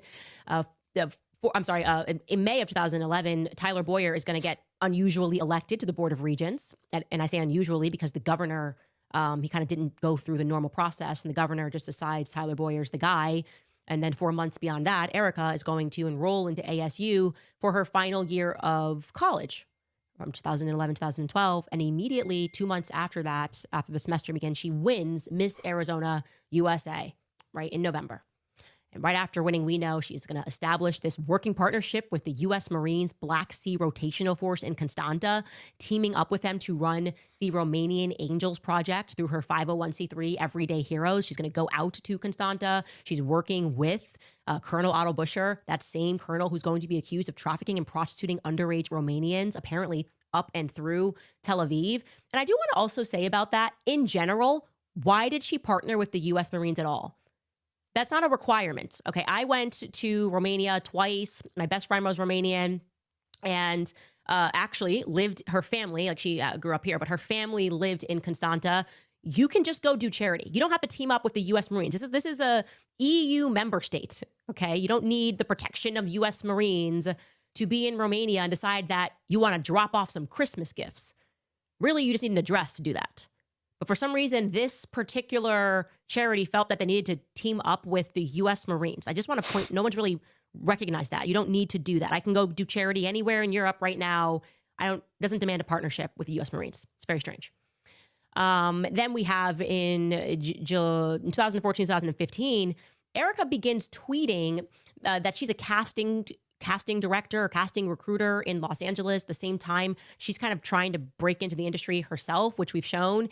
And I also want to say that during this time that she's trying to get involved in reality TV, we find her floating around Mark Burnett. Mark Burnett is also running Mark Burnett Productions. He's running Trump's Apprentice show. A lot of synergy happening around this time. I do believe that Erica knew Donald Trump before she ever met Charlie Kirk. I think that's honestly evident.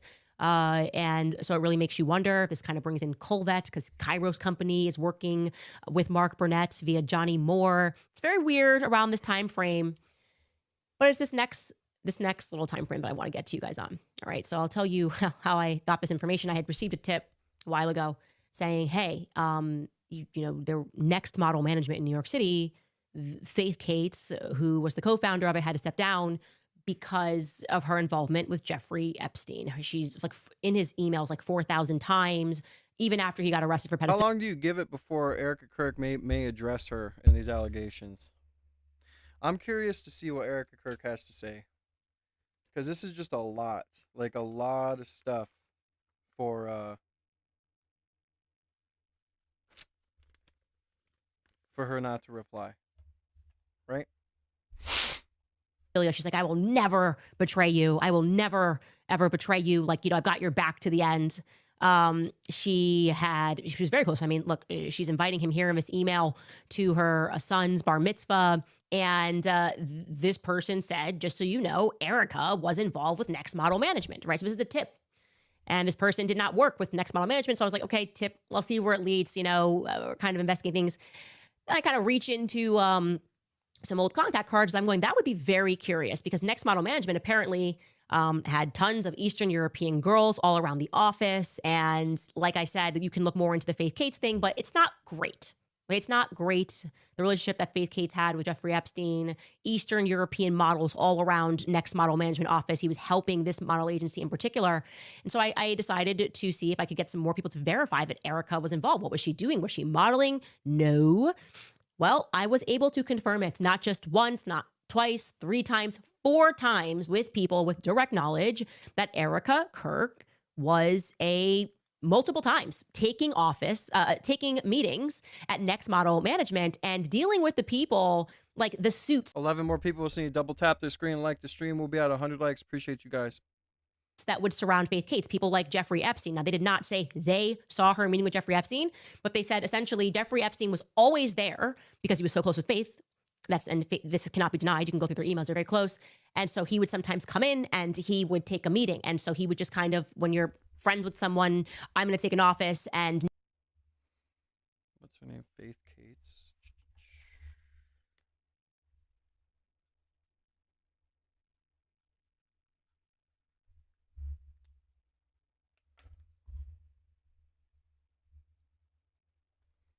Nobody knew what the context of these meetings were. They are saying that in meetings like that, meaning Erica was not there because of a modeling contract or because they don't know why she was there. They don't know why Erica was in that same category of suits, right? Of just like suits, and they were not to ask questions, and Erica is there and she's taking meetings at Next Model Management. So now feeling 100% certain that this information was real, like I said, confirming it 4 ways, I decided to go out and ask Erica what she was doing there. It's because if people with intimate knowledge situation don't know what she was doing there, that's not great, right? What are the chances? What does Erica have to do with Next Model Management? What is she doing there? And I went out to her and I, of course, copied the spokesperson, Andrew Colvet, and I said, what specifically were you doing at Next Model Management in New York City? What's up? What do you do? Did you run into Epstein? Like, I just want to know, like, what is your relationship with Faith? How about that? Give me the context of this. Crickets. I feel like that would be a very easy email to answer one question. What is the context of your relationship with Next Model Management? We've now confirmed that you were taking meetings here. What was the nature of those meetings? And I mentioned, she's obviously had a falling out regarding she had to step down because of the Epstein emails, and she retired. She said it's like the nice way of, I'm deciding to retire. And nothing. Wouldn't you just answer that instantly? Like if someone just emailed me and said, what is the context? You're ASU, you got Romania going on, this modeling agency. And they said like there were constantly Eastern European models all over the office. I mean, like, it was just everywhere. And Epstein would just come all the time. Like, you know, this was his friend. Pause. Like, why wouldn't he come into his friend's office? Wouldn't you like rank that really high in terms of just giving a comment and being like, oh, I was there for, I don't know what would be an appropriate answer. I literally don't know what would be appropriate answer. I don't know why I should be there. But wouldn't you just offer that answer if there was a good answer? I find it to be very strange. I find that to be very strange, especially when we now add in the fact, going back to the way that she's dancing around Epstein, pageant world, Romania, ASU. Now we have next model management specifically, and real estate. We can't get an answer on that. Erica being the busiest person in the world in 2018, receiving degrees, starting and running a business, a clothing company, also taking interviews with Turning Point because she's going to help them, but then falling in love with Charlie. She also unusually receives her New York real estate license to work with Corcoran Real Estate. And that is under the stewardship of Pam Lehman, featured in the Epstein files, was helping him with real estate deals. But also, we can't find any real estate deals that Erica completed in New York. And real estate agents are reaching out to me saying, you can't just get a license and work for Corcoran. That's not how the real estate world works. I guess they have certain requirements. They're like, this is backdoor stuff. Somebody just made that happen for her. And there does, like I said, does not appear to be any record of her having completed that. But we do then learn via Jeffrey Epstein's emails that the president of the Corcoran Group is actually Linda Rothschild. Zeus, you okay? Having a bad dream? But you're good boy. You're having a bad dream. Don't be having bad dreams. Oh, you're good boy. Yeah. Rothschild. And Jeffrey Epstein is working directly for the Rothschilds. He himself is saying that Corcoran Real Estate Group is all over his emails. Okay. It says it right there. Someone read a background on Linda Rothschild. It has all of her different names that she uses and also has her listed as the president of the Corcoran Group. What was Erica doing for the Corcoran Group? Who got her that job? Who recalls sitting with Erica for her real estate license? Do you do it online? I don't know. I'm ignorant about real estate license. I will say that. But I do know that there is a general understanding that if you want to move money, real estate is a very good way to do that. It's a very good way to do that. It's a good cover if you're trying to move money. Real estate's a very productive means to do that. And I am starting to have just how many times can her life path keep intersecting with Jeffrey Epstein before it's weird? Her relationship with Trump just like, here, something is not feeling right. Jeffrey, we got him gaslighting us. We got Andrew Colvett. We got this meeting at the White House that they didn't brag about. They love the photos. They love the photo ops. They're there the evening before, and they're in the West Wing. Yeah, they met with someone very important about, like, hey, can't you just come out and say what you were meeting about? What was the context of that meeting? I would like to know. I mean, you guys are saying everything else. Something is not right. That's almost redundant at this point, the fact that something is not right with Erica, but I would like an answer as to what specifically Erica was doing, sitting down in offices with suits at the next model management company. I think that's a very simple question to ask. There may be a very simple answer. We will see. We'll be right back after a brief break. All right, you guys, thanks to you last year, Preborn helped to nature.com. I will say the entire Erica story feels like, as I refer to on the show, as the Midas touch. Somebody just pulling her through the ranks at all times. I don't know if she's... Yeah, Erica Kirk has like been in like every field you can imagine, right? Smart, but they're telling us that she's like the brightest in the entire world and that she's doing it all. And no one can even confirm that she did graduate summa cum laude from ASU. But by the way, she has since... You know what really doesn't make sense? Because you're thinking about all this shit, right? Like, she went and worked in New York, real estate. She went and worked in the modeling. She went and won a pageant. She went and did this over in Romania. She went and worked at the military. What and why would she apply for TPUSA? Apply, right? I mean, when you think about it, it's pretty obvious that she's, an asset to somebody and was doing it for a reason. Especially when you learn all this background and you watch all of the facts and you read through the lines, like you said, FBA. Why would she go and apply for TPUSA? like apply for a job, like a regular job.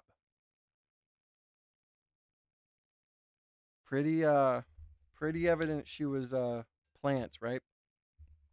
Moved that from her bio. She is slated to speak at Hillsdale College, and the students have all messaged me about it because they Yeah, don't to you want guys who keep saying the semen thing, like, you're not the first one to say it, dude. Like, it's just so at this point I think you guys are bots because it's just such a common thing, and it's just funny. Like, quit projecting what you want in your mouth, you know? her there, and they similarly just feel like she's just being hoisted upon them. And you just go, the woman I'm speaking to, like that we're listening rather to her speak, is not a super genius. You didn't have to guess whether Charlie Kirk was a genius.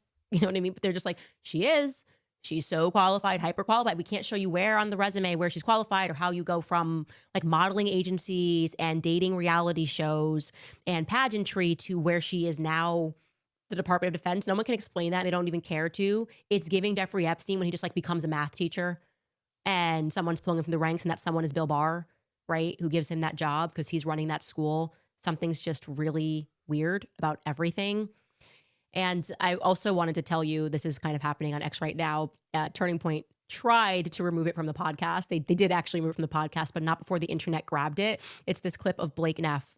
He's one of my favorite characters because he always just says too much and it's never good. And Blake Neff is explained on Charlie Kirk's show earlier today that Erica says that Charlie, if he had a chance, if he had a choice, he would stay dead. What? All right, guys. Well, let me know down in the comments what you think. Clip it. The fuck, dude. This is just wild. This is like a reality TV show at this point. Take it away, Blake Neff. Blake, any thoughts? You know, it's Erica said that if Charlie was given the choice to undo what happened and come back, he wouldn't, she thought, because of what was unleashed by it. Yeah, he wouldn't, you know, reverse it so he can come back and be with his kids, right? Or, you know, run the company he built from the ground up. Or, you know, continue his legacy. The dumbest thing I just heard today was that. That is wild. They've since, we tried to get like the full clip, but they've since removed that. And Blake is like, that's just because of the faith revolution. And like, he would be so happy to see that people are being driven toward churches that he would pick, if he was in heaven and given them, he would just say, I'm just going to stay here and I'm going to let my kids grow up without a father and really without a mother, because everything seems to be going according to some more divine plan. And Erica has taken my spot everywhere. Okay, let's talk about it. Let's actually talk about September 8th, because I now feel like now that we've learned more about Erica, the Fort Huachuca story, I'm leaning towards Mitch.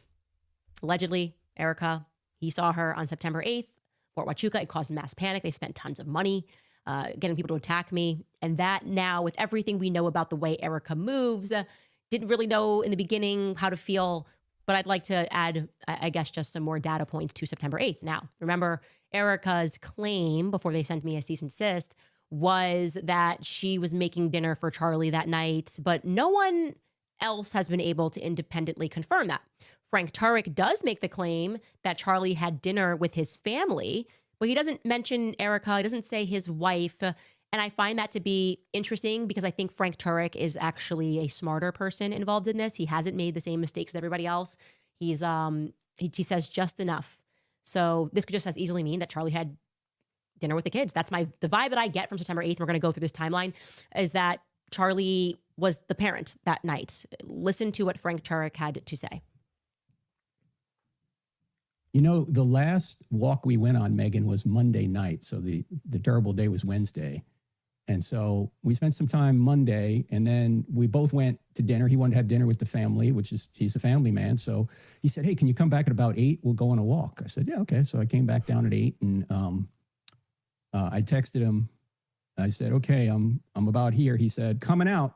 And then a minute later, he said, shortly, Gigi just got up. So he was obviously taking care of the baby, taking care of his daughter.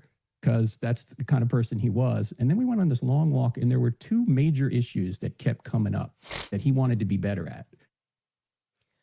So we received an email which made this even more interesting. I don't even know how I missed this, but they said, Candace, Charlie on September 8th was very obviously watching the Bears football game. He's a massive Chicago Bears fan. Everybody knows that.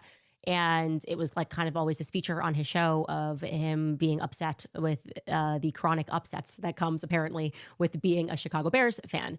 And he recounted with remarkable detail, at least, and this is again, I'm happy to yield and err on the side of caution, but I think we can confidently state that Charlie definitively watched the second half of that game glued to his screen. Take a listen to Charlie discussing the Bears game on September 8th.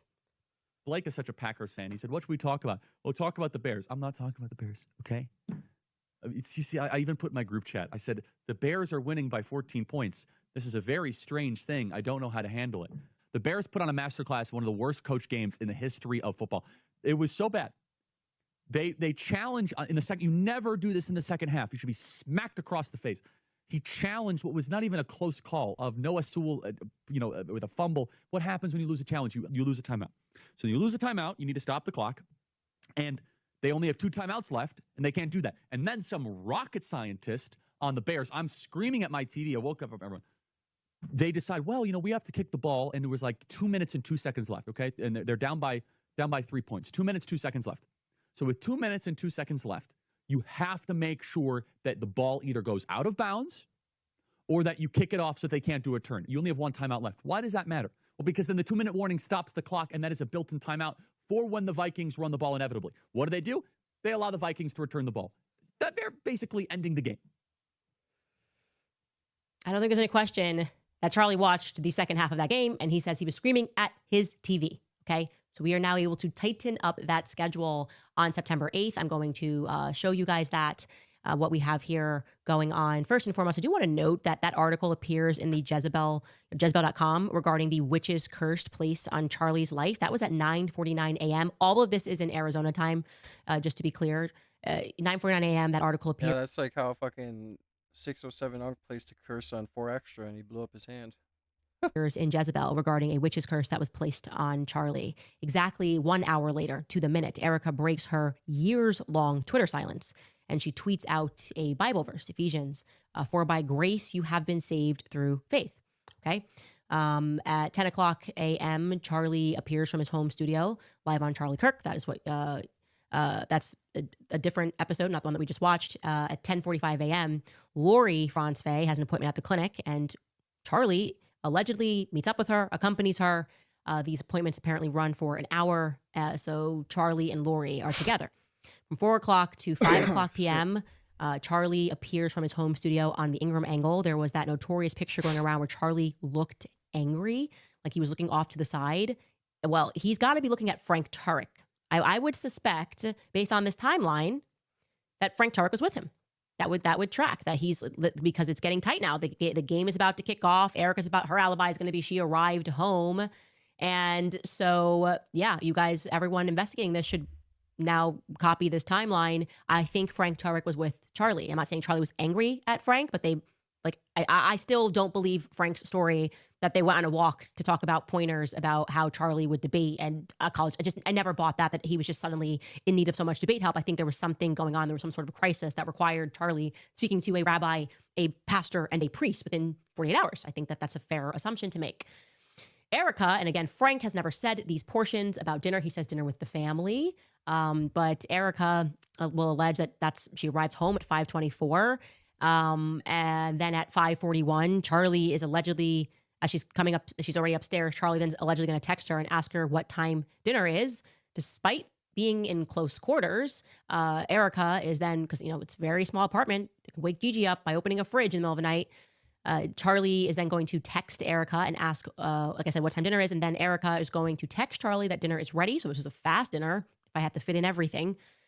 And then you can kind of see we've gone through and went back to the game, followed people's tweets of when exactly Noah Sewell forced a fumble on TJ. That's what he's talking about there. And you can see that this timeline is starting to tighten up. So I wanted to share this with you because I have a strong inkling, and it's not a fact, but it is a strong inkling that Charlie was at home alone with the kids. That is why when he woke Gigi up, it would track that he went to have dinner with his kids and his quote unquote family. And that is why when he was shouting at the TV, which would in fact wake a toddler up around, when is he shouting at the challenge around 7:16, that he... Why is your kid sleeping at 7:16, bro? Well, maybe sometimes, I mean, I'll get my kids to go to bed, but, you know, usually it's around 8 or 9. Oh, you sent the super chat, did you? FBA? I appreciate you, brother. God bless you. I gotta put your name on the donor wall now. No, I usually have a automated thing that goes through, because if I'm reacting and the chat's moving, a lot of people give me shit if I don't pay attention to them. So I always say, if you have something interesting to say, send a super chat through, or if you have a topic you want me to go over, shit like that, send a super chat through. Plus, it's a way I can plug my channel to help get donations and stuff and whatnot, because donations go a long way. I'm trying to save them all up for a big upgrade and things like that. So much love to you, brother. I appreciate you. Much love. Appreciate you helping out a single dad, from single dad to single dad, right? Much love to you, brother. God bless. Appreciate the $5 donation. I'll get your name written down on the wall. Then screaming at the game, whatever, whenever Gigi wakes up, he then tells Frank, hold up, because the Chicago And game yes, I smelt my Sharpie, okay? If you don't smell your Sharpie when you open it, you ain't fucking regular. is on, which Frank hasn't mentioned that, which I find to be interesting. Might be a talking point of why he was running late. But this is, it's getting interesting. It's definitely getting interesting. That game ended at 8:30, so he definitely was not walking with Charlie at 8 o'clock because he is very clear that he was screaming. And then he comes down a little bit late. Charlie is then going to be seen at 9 o'clock walking with his bodyguard Heath and accompanied by a tall man who is not Frank Turek. So locals did not see Frank Turek on this walk with Charlie. They did see Charlie on a walk. He stopped. He spoke with his neighbor for a few minutes about his upcoming tour, said hello to the dog. I'm running out of so much damn space on my wall. I got to start moving on to the other wall that's over there. I already have some names on it, but this whole damn room is going to be full of names. Appreciate you again, FBA. Much love to you. Again, I do have a 10 super chat goal up of 10 super chats, $2 and above. So I appreciate anyone that helps me reach my goal. Your super chats do go a long way, especially when it comes to studio upgrades or just saving in general. Your boy's trying to save as much money as he can in this economy, especially when it comes to, you know, I'm trying to not only upgrade the studio, but invest in certain things that will make the podcast better as we go over time. Trying to transition more into doing the other version of streams as well. So much love, you guys. I'm gonna go to your channel. Sorry, I got distracted.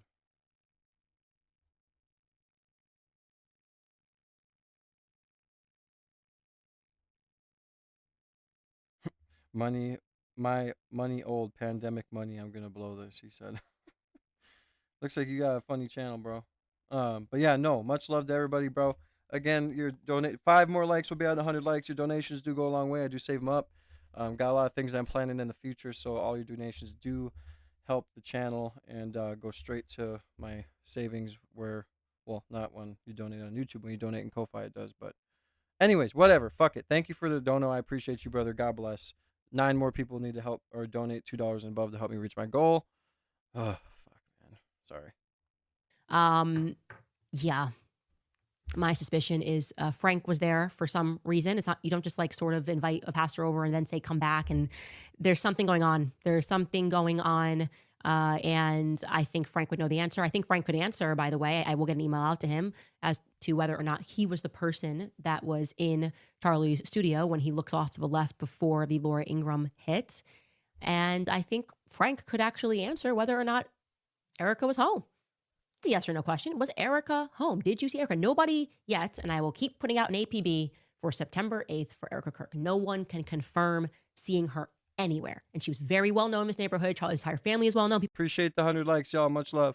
People will tell me when they see the kids, who they saw the kids with, that they saw the kids with Tracy Martin's husband. I mean, you could say any person they know, because Charlie Kirk was a celebrity. He was a fixture. So they knew his family, they knew his kids. And no one can confirm that they saw Erica Kirk on the 8th. And I'm troubled by that. Even anywhere. When they went to go pick up the food from the grocery store. I don't know. Given how much he pathologically lies, And given how aggressive the campaign was when we merely mentioned Fort Huachuca, and I had not yet dropped the fact that he thought he saw Erica, we were actually holding that back. And then she does this tour and gets like real aggressive and just stop. My vibes, my spidey senses are telling me that Erica was not there on the 8th. I find her pretending not to understand the instructions or the middle person, of what we're trying to get to confirm that this text correspondence really took place between her and Charlie and not her and somebody else. Yeah, I can also see her being like, honey, I got to go do this for this or that, and then lying and going to Fort Huachuca or something, It's going to be very, like I said, it's going to be very interesting to see where all this goes and if Erica Kirk replies. There's a lot of allegations here and a lot of questions. And a lot of them are valid questions. Like, where were you? One of my questions is easy. Why aren't you taking care of your kids? Like, they just lost their father figure and you're like not even being a mother figure. You're focusing on the make heaven crowded tour and all this other stuff. It's just like, to me, it puts a bad taste in my mouth and it's despicable because put everything aside, as a real person, as a real man, as a real woman, as a real human, the one thing you do if your kids lost their parent would be what? To be more involved in their life. If I was her and I was going around and doing all this stuff and doing all this business, my kids would be with me, right? I'd hire security. I mean, look how much money they made. I'd hire security. My kids would be with me. I'd have them with me all the time. If I have to let them sit in another room while I go do an interview or a meeting or whatever, I'm on stage, cool. But my kids would be with me, period. Or to other people. I don't buy it. I don't buy anything really that Erica says. She lies a lot. And I think we've proven that thus far. Anyway, we'll take a break here and I'll answer some of your questions. All right, whatever. I've heard enough of Candace right now. Let's figure out what's going on with the Iran war. I saved one of my history. 1 second. Wasn't that? I had another one as well. All right, so apparently the new Iranian leader was alert because injured. It was a rumor he was unalived, but he apparently is speaking out. So let's see what he has to say. I also want to listen to Professor Jang or whatever his name is speak as well, because I have been getting into him speaking lately and listening to his views and listening to how he thinks about things. And I think it's very interesting. I think it is, important to listen to. My son lost his mother at birth, and now it's just me and him all the time. I'm sorry to hear about that, bro. God bless you. That was something I worried about when I was having kids with my ex. But I'm sorry to hear that, bro. God bless you. I'm a single father because of certain reasons. But my son, when he passed away, when we had another kid, it was like I was just worried, like when death happens, you just worry. Like you have more heart for things, right?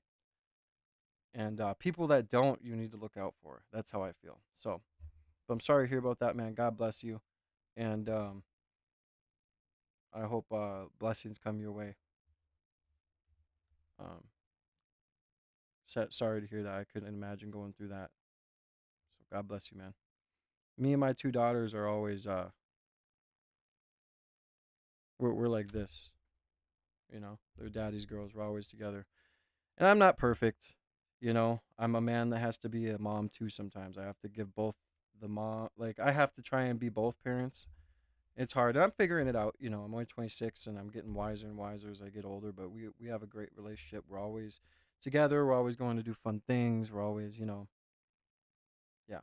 Kids are a blessing, Kids are the one thing where it's like, okay, well, if Israel's getting bombed, I don't care, but it's like the kids is what I care about, when it comes to kids, they're innocent, you gotta watch out for the kids. You gotta protect them, And I'm very hard on myself as a parent. Like I try and that's what I feel like it takes to be a good parent is being hard on yourself, questioning how you handle things and trying to fix it and trying to be better. Um, and you can see Erica's doing none of that. So Iran's new supreme leader issuing his, excuse me, his first public statement. It was a written message that was read by an Iranian state TV news anchor. Excuse me, Trey Inks. Let me hand it over to you while I cough, and you tell us what exactly happened. What did he say? Yeah, Dana, good morning. We're just getting this in right now. On Iranian state media, a presenter read a new statement from Iran's new supreme leader, Mujtaba Khamenei, and Reuters is reporting a few highlights from those remarks, saying that the supreme leader said in the statement, "We believe in friendship with neighbors and only target the bases, and we will inevitably continue." That is not true. We know that many Gulf countries have had their residential and civilian infrastructure attacked. Now, Iran's new supreme leader in this statement goes on to say all U.S. bases should immediately be closed in the region, and those bases will be attacked. He also says... Appreciate you, John, and God bless you as well. Any parent that steps up and does what we do, I respect 100% because it takes a lot of, it takes a man to put their kids first, and because a lot of men, if their baby mama keeps their kid from them, whatever, they're like, oh well, whatever, I'll just go have different kids. I'll start. No, when that happened to me, I was like, fuck that. Like, I'm not doing that. I fought for my kids, dude. Like, especially with the situation it was, But like, I just could never imagine not taking care of my children, and having them full time like I do is the biggest blessing. Getting them ready for school in the morning, cherishing the times together we watch TV. Because as men, the hardest thing is we raise our children to prepare for the world and eventually leave us. But we'll still have a relationship, but they leave us. I hate thinking about it, and I shouldn't even be talking about it because it makes me emotional. Because it's like I can't imagine the day when my kids are gonna be out of here, out of the house.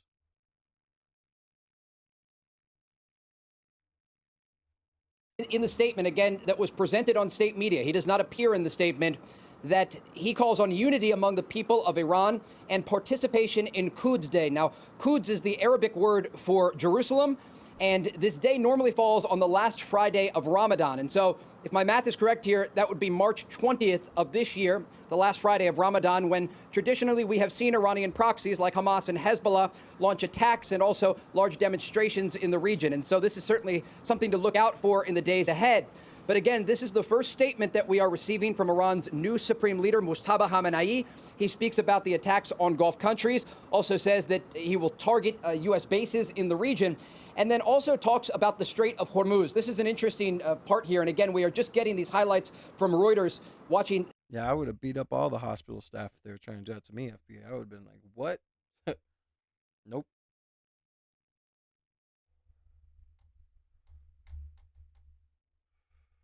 Only person that's ever took a kid from me is the universe, the Lord and Savior. And he's my angel baby. He watches over me. But my two daughters, ain't nobody taking nothing from me. I try and be my best self. Like, I don't do bars. I don't go out. I don't chase women, really.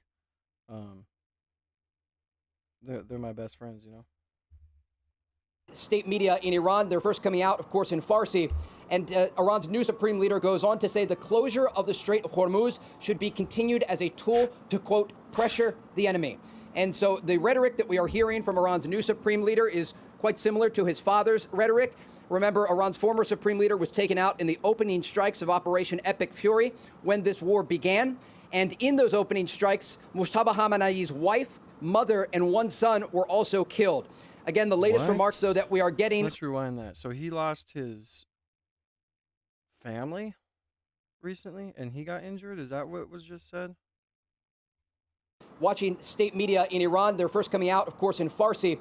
And Iran's new supreme leader goes on to say the closure of the Strait of Hormuz should be continued as a tool to, quote, pressure the enemy. And so the rhetoric that we are hearing from Iran's new supreme leader is quite similar to his father's rhetoric. Remember, Iran's former supreme leader was taken out in the opening strikes of Operation Epic Fury when this war began. And in those opening strikes, Mujtaba Khamenei's wife, mother, and one son were also killed. Again, the latest remarks, though, that we are getting from the supreme leader via state media, and we are quoting Reuters here, indicate that he will continue ordering the attacks on U.S. bases in the region and continue efforts to close the Strait of Hormuz. That's crazy. So he lost his son and his wife and his daughter. And it's like, yeah, you can't blame him, Skippy. I appreciate you, FBA. You got this too. Welcome to the family, man. I'm glad you're here, man.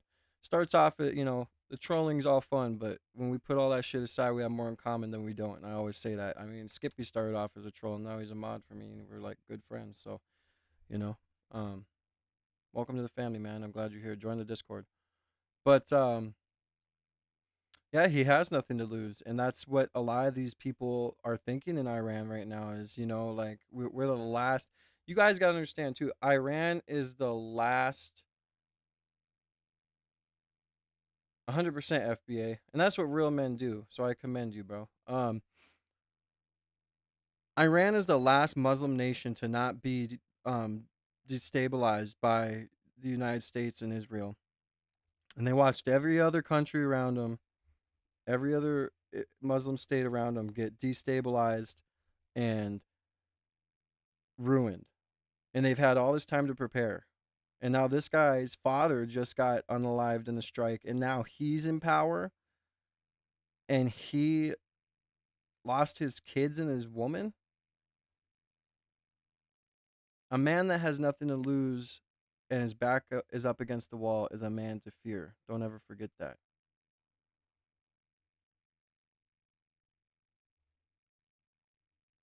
Bill, Dana? And Trey, as you pointed out, Iran's new supreme leader said that Iran has, quote, warm relations with Gulf countries. I'm curious, how do you think those Gulf countries are going to react to hearing that, considering Iran is droning and missiling them every day? Yeah, I've been speaking with Gulf leadership and sources over the past 2 weeks, and I would not describe the current relations as warm between these two countries.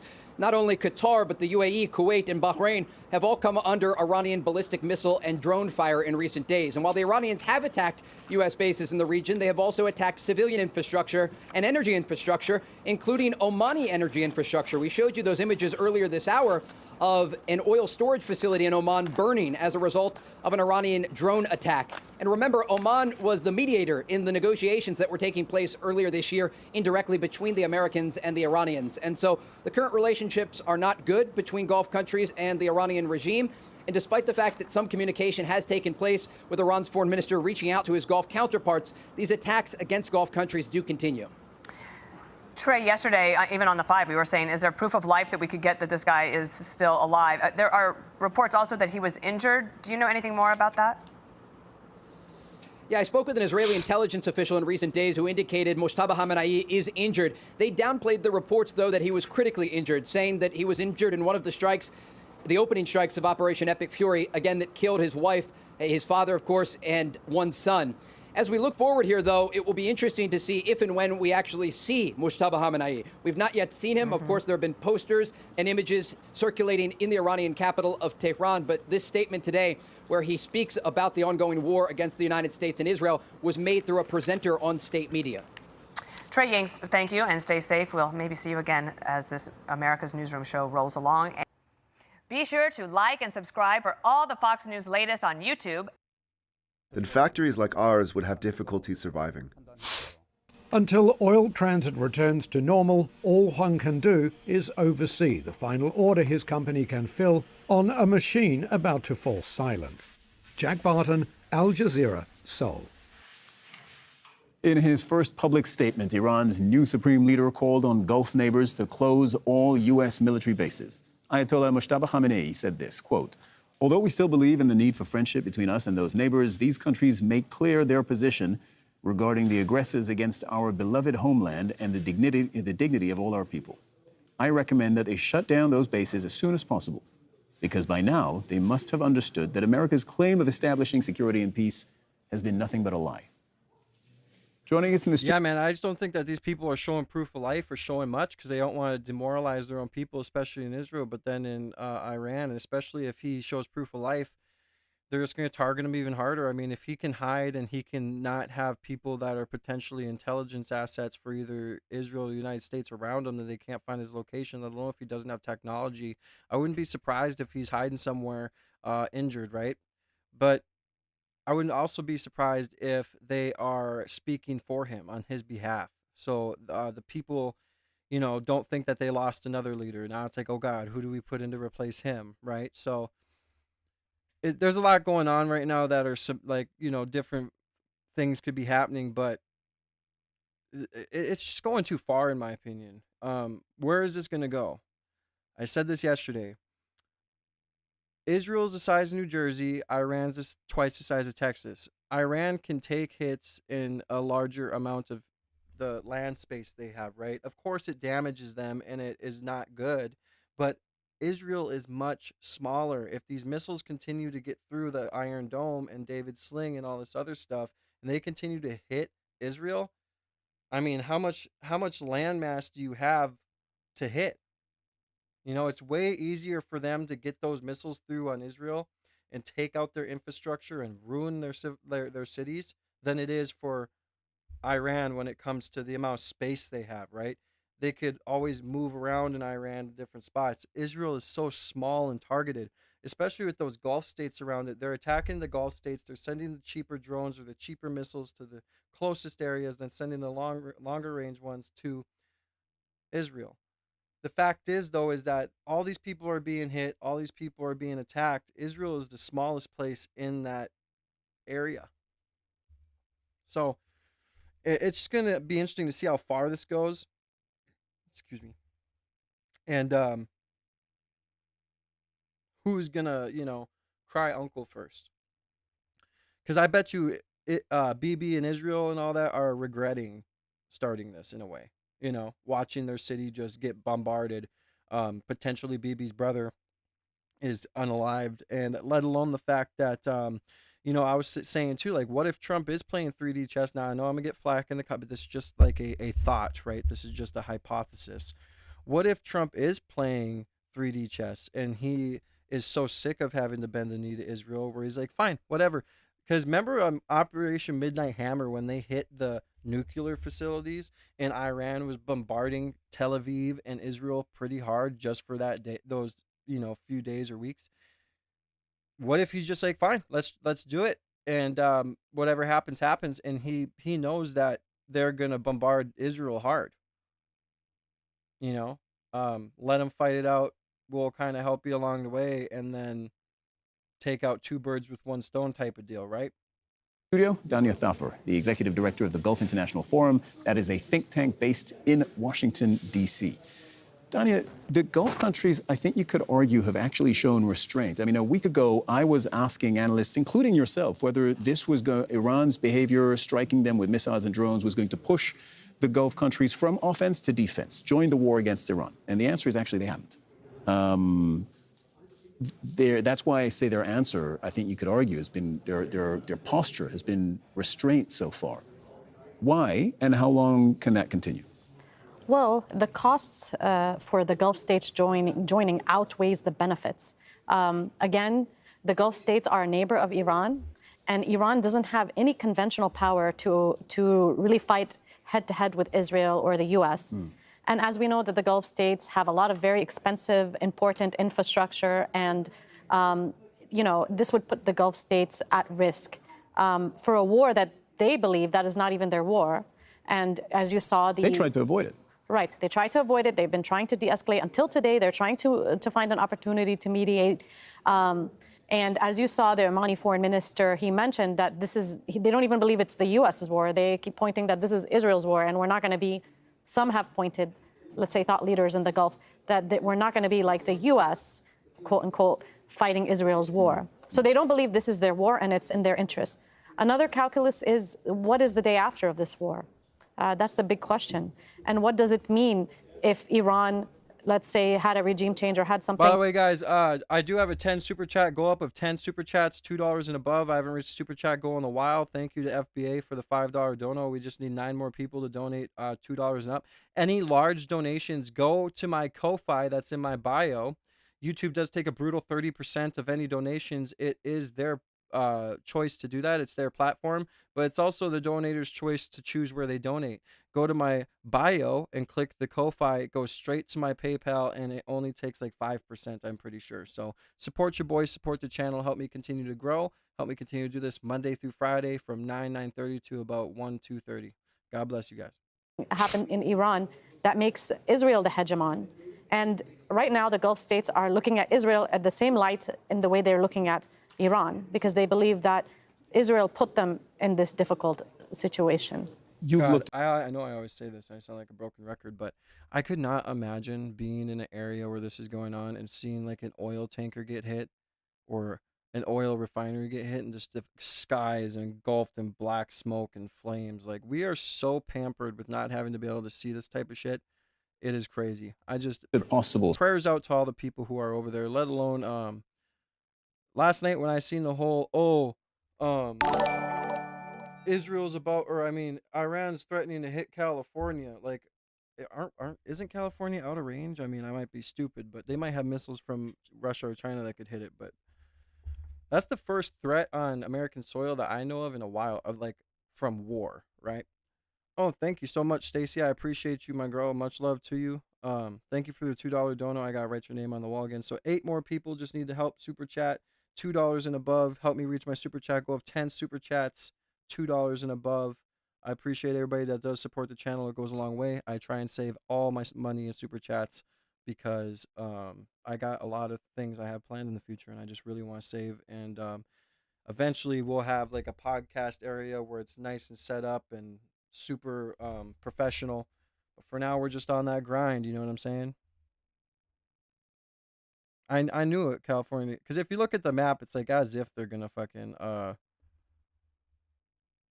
hit us, right? But I just pray for us, man. Like when I go to bed and I see these updates of oh, this is being bombed or this is being bombed, it's like, man, while we're sleeping, something could happen. I really do pray for the world and I pray for peace, but it is what it is. Thank you so much to Stacy for the $2 dono. Again, help me reach my donation goal of 10 donations, $2 and above. We have holy shit, this time has went by fast. 49 minutes left on the super chat goal, so much love.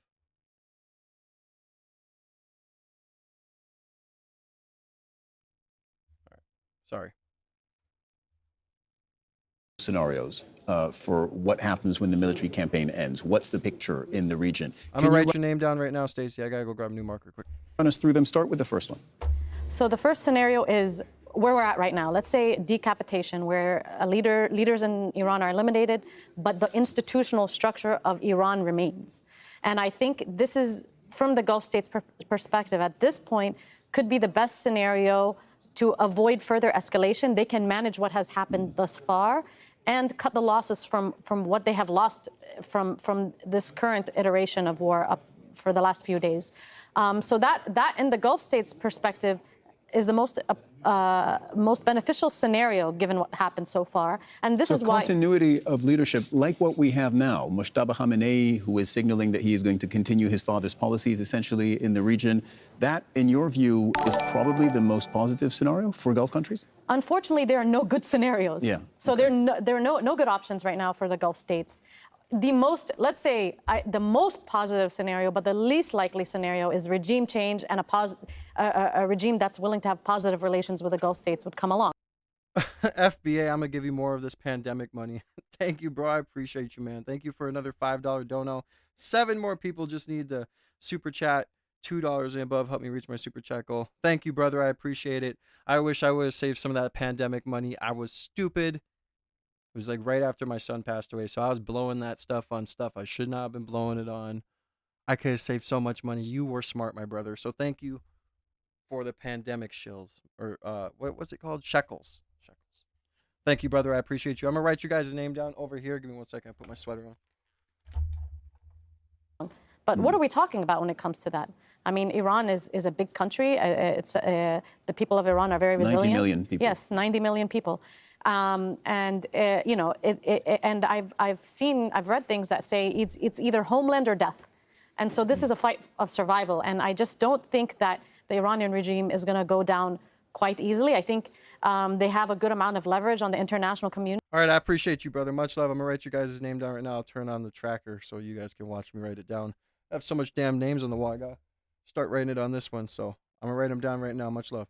Economically speaking, and I think they're going to continue to try to coerce the international community to stop this war. And I don't see the U.S. at this point is going to put boots on the ground, and so there's no way to have regime change just through attacks And through the there's air. another scenario that you're looking at that you told me is probably the most likely. You called it the wounded Iran scenario. What is that? Now, the wounded Iran scenario, which I'm afraid we're going towards that direction, is one, Iran's missile capacity is diminished to a high degree. It is right now to pretty high degree, but not to that, I think, that we haven't crossed that threshold. Highly degraded, but they still have missiles. All right, your guys' name is written down. Much love. That's why I love having the AI camera, so you guys can watch me actually write your names down. Much love to everybody. Thank you again to FBA, man. You didn't have to do that. I know times are tough. I'm not saying that you're struggling. I'm just saying I appreciate it. Any donations, I do truly appreciate. Your likes and your subscriptions are enough, but if you truly do believe I deserve a blessing and you do send a dono, I do truly appreciate it. So thank you from one single dad to another. FBA, God bless you. Thank you for blessing me today. I don't ever forget who blesses me. And thank you to Stacy as well. Much love to you guys. Let's get into this. I feel like I'm getting off topic here. They still have missiles, and they still have some capacity to attack the Gulf and economic interests throughout the region. Yet they're still being regularly attacked. FBA. Another one, bro? Thank you so much, brother. You didn't have to do that, bro. Now I gotta write your name down again. You guys are gonna keep making me get up over and over and over. Okay, I can't be sounding that lazy. My apologies. Thank you so much, FBA. I'm gonna write your name down again. Thank you so much, bro. You don't have to do that. I appreciate it, brother. Thank you. God damn. Sometimes I feel like I don't have enough words to put into thanking people.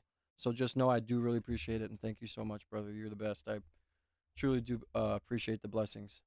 Attacked by Israel in this scenario. And, Israel has this strategy that I think we're all familiar with, the mow the lawn strategy. So if they were to apply some sort of strategy to Iran, that would not go over very well. And I think Iran would continue on the same strategy that it is applying today.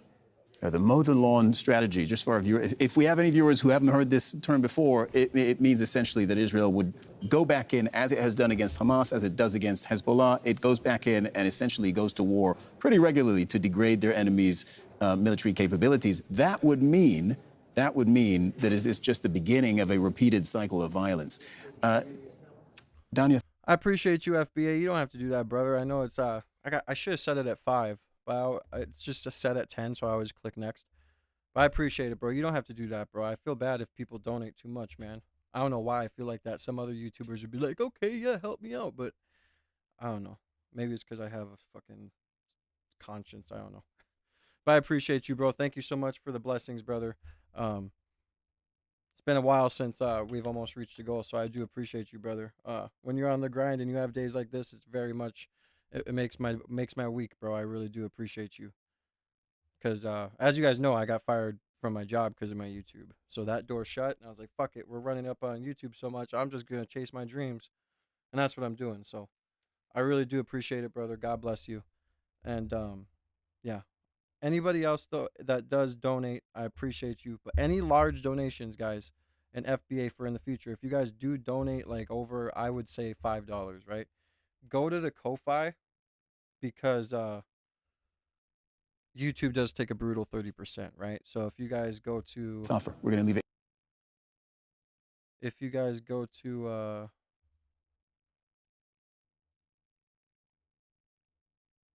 my bio,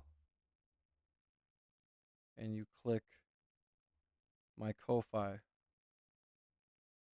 it'll bring you right to here. And they only take like... I don't know, someone donated me $50 on here and it gave me 45. And if someone donates $50 on YouTube, it would only give me like whatever 30% out of 50 is, right? So anyways, I appreciate you, FBA. Thank you so much. Keep some of that money for your kids, bro. I appreciate you blessing me, brother. Here for now, but thank you so much for joining us. Thank you. For years, Lebanon was a refuge for Syrians fleeing conflict. But now, Lebanon is struggling to find shelter for the hundreds of thousands of people displaced by the fighting between Israel and Hezbollah. Thousands of Syrians... Well, didn't you guys hear earlier when I wonder if I wonder if it's on here, if it's like new... I'm sure it is, right? So, it's 4 drones were stolen from U.S. base.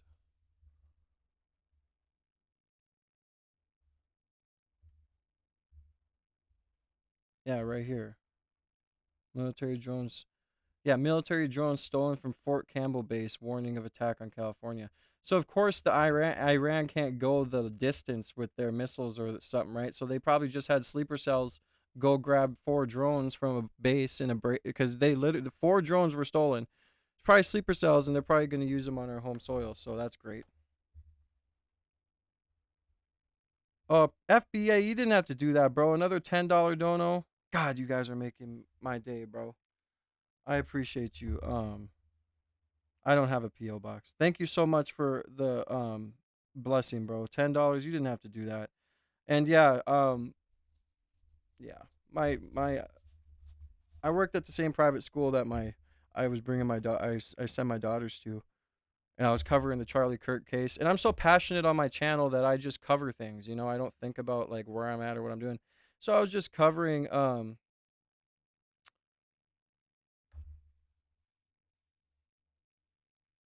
do better home. It's dude, idiot. Your username matches your fucking actual self, right? Like it's literally on a bunch of news outlets that at Fort Campbell 4 drones were stolen. So I don't even know what you're talking about, bro. Whatever.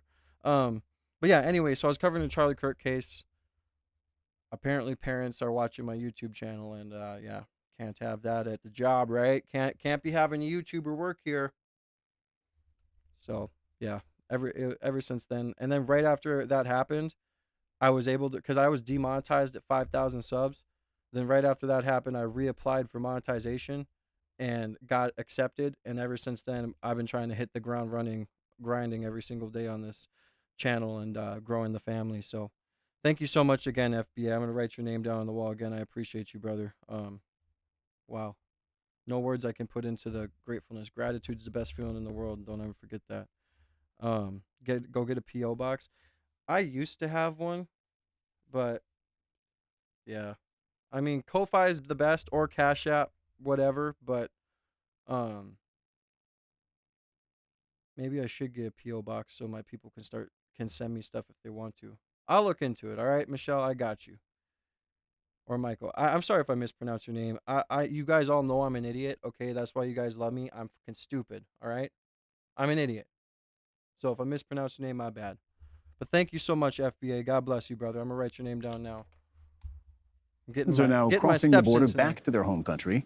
Abeda Hito met one family at the Erika border crossing on the Syria-Lebanon border. The bridge connecting Lebanon and Syria at the Arida crossing has become a bottleneck. Like many other people, Amal fled fighting in Syria in 2015, only to return with her children as Israel intensifies its war in Lebanon. We barely made it out of there alive. Yeah, I got fired a week after my birthday. So, yeah, it was great. And then I ended up reapplying for monetization. I got remonetized. And ever since that, we hit the ground running. My highest donation ever was $100.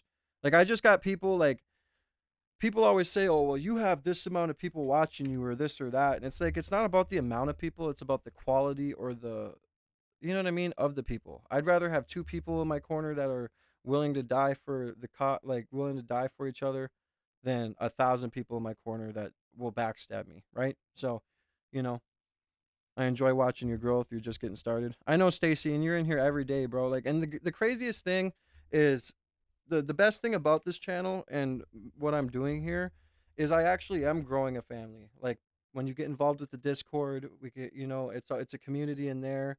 It's a community in here. And it's just every day like clockwork. We all come in here, you know, catch up on what's going on around the world, or we just have fun reacting to shit, or I make my own content about whatever. But in reality, what it is we all support each other. And I feel like that's the best part about this channel, is that when you come into my chat, my people care. You know what I mean? And I care. Like, if someone came in here and was starting to talk crap about anyone that's a part of the channel, they're banned. I usually don't ban people, but when you talk crap about my family on here, you're banned. You know, I'm trying to build one of the best communities on YouTube. I'm not trying to build a toxic ass community. I'm trying to build a community of like-minded people who seek truth, who want to be a part of a community that seems to be unified instead of always being divided outside the doors of your home, right? So I feel like we're doing a net good here. Michelle has 1 L, or Michael has 1 L. Michelle has 2 L's. Sometimes you just see it at a glance. Keep that in mind. All right, I'll keep that in mind, Stacy. My bad. As you guys know, I'm an idiot, and I think that's why you guys love me too. I just got 2 new jobs, making $40 an hour, making $25 an hour at the other. Hell yeah, bro. Fuck yeah. That's a blessing, bro. Hell yeah, bro. I'm proud of you. That's awesome. See, and the thing with me is like, I don't like when that happened at my job. It was like, dude, my channel's just been doing so good. We've been running it up, and I've just been so consistent. It's like I'm willing to eat shit for a while and grind, and because that's a part of chasing your dreams, and chasing your goals is sometimes it feels like it stresses you out and all this other shit. You wonder about what you're gonna do if something went wrong or whatever. But anyways, I just I would rather be old and look back and be like, at least I tried, rather than regret not doing it all, right? So much love to everybody. God bless you guys. Thank you for the blessings today. I appreciate you, and I'm very blessed to be able to have this the way it is. Told the kids the whole Your channel keeps me sane. I'll be sad when I can go back to work if I won't have time. Put your headphones in, Stacy. each other's hands and not let go and kept FBA. I gotta write your name down again, bro. Thank you so much for another $5, bro. I appreciate you, brother. I'm glad you joined the family, bro. And no, not just because of the donations, but I love seeing people who come in here and it seems like we're at odds and we're kind of nitpicking at each other, and then it turns into this where we're you know, it's gonna be you're a part of the family now, and I really do appreciate it, brother. Thank you so much. We just need 4 more beautiful people to donate, and we'll reach our goal. It's been a while since we reached our goal, especially a 10 donation goal. So, god damn, bro, thank you so much. I don't know what else to say, but thank you, bro, and I hope blessings to you return tenfold. walking. The Syrian government says more than 80,000 Syrians have fled Lebanon to Syria through one of 3 land crossings since the U.S. war on Iran started on February 28. According to the UN, 43% of the returning refugees are children. I want to go back to Syria to study. We can't live in Lebanon. We work so hard and for nothing. Then a few days ago, we heard the sounds of rockets and we decided to come back. We were scared. Israel's attacks on Lebanon have made thousands of Syrians refugees for a second time, and they're returning to a country. Oh, I wrote it, bro. I wish I could zoom in, but I'll zoom in on my ugly face. Hold on. Watch this. I wonder if I can show you it. Zoom. All right, here we go. Here we go. Come over here, camera. Come over here. Right up here. Right there.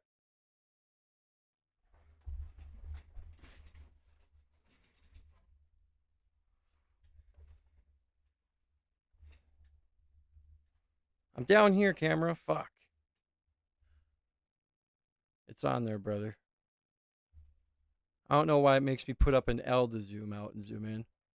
But,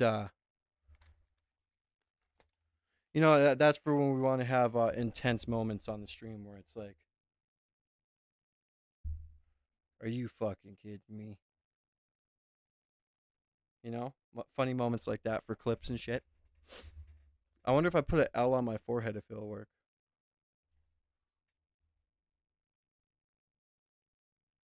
It works. Dude, I just can't. That's why you guys love me, man, because I'm an idiot, bro. I love it. Thank you so much, bro. I appreciate you. I can't thank you enough, bro. Thank you. So, you know, I do these streams every day, and some days, you know, when it's days like this where blessings come in, I do truly appreciate it. It's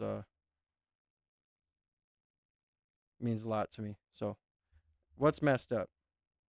Oh, okay. I was gonna say.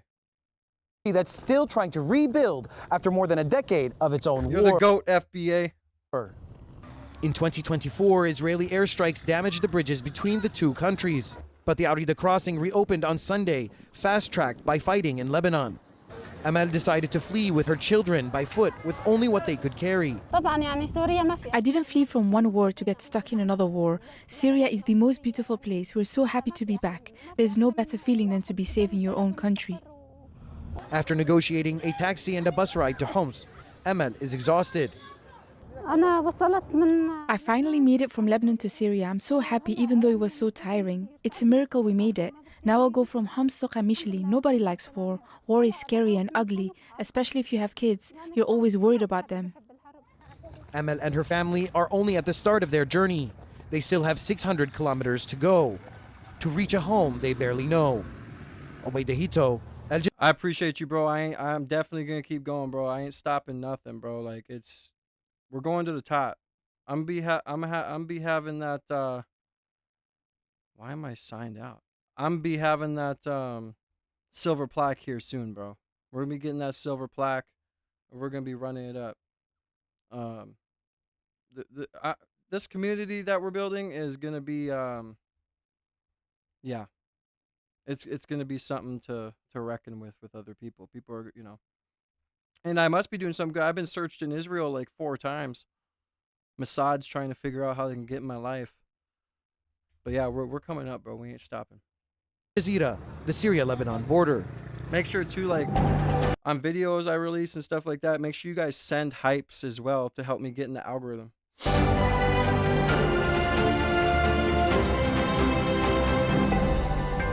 Let's take a look at some of the day's other news now. Israeli settlers have set a mosque ablaze in Duma in the north of the occupied West Bank.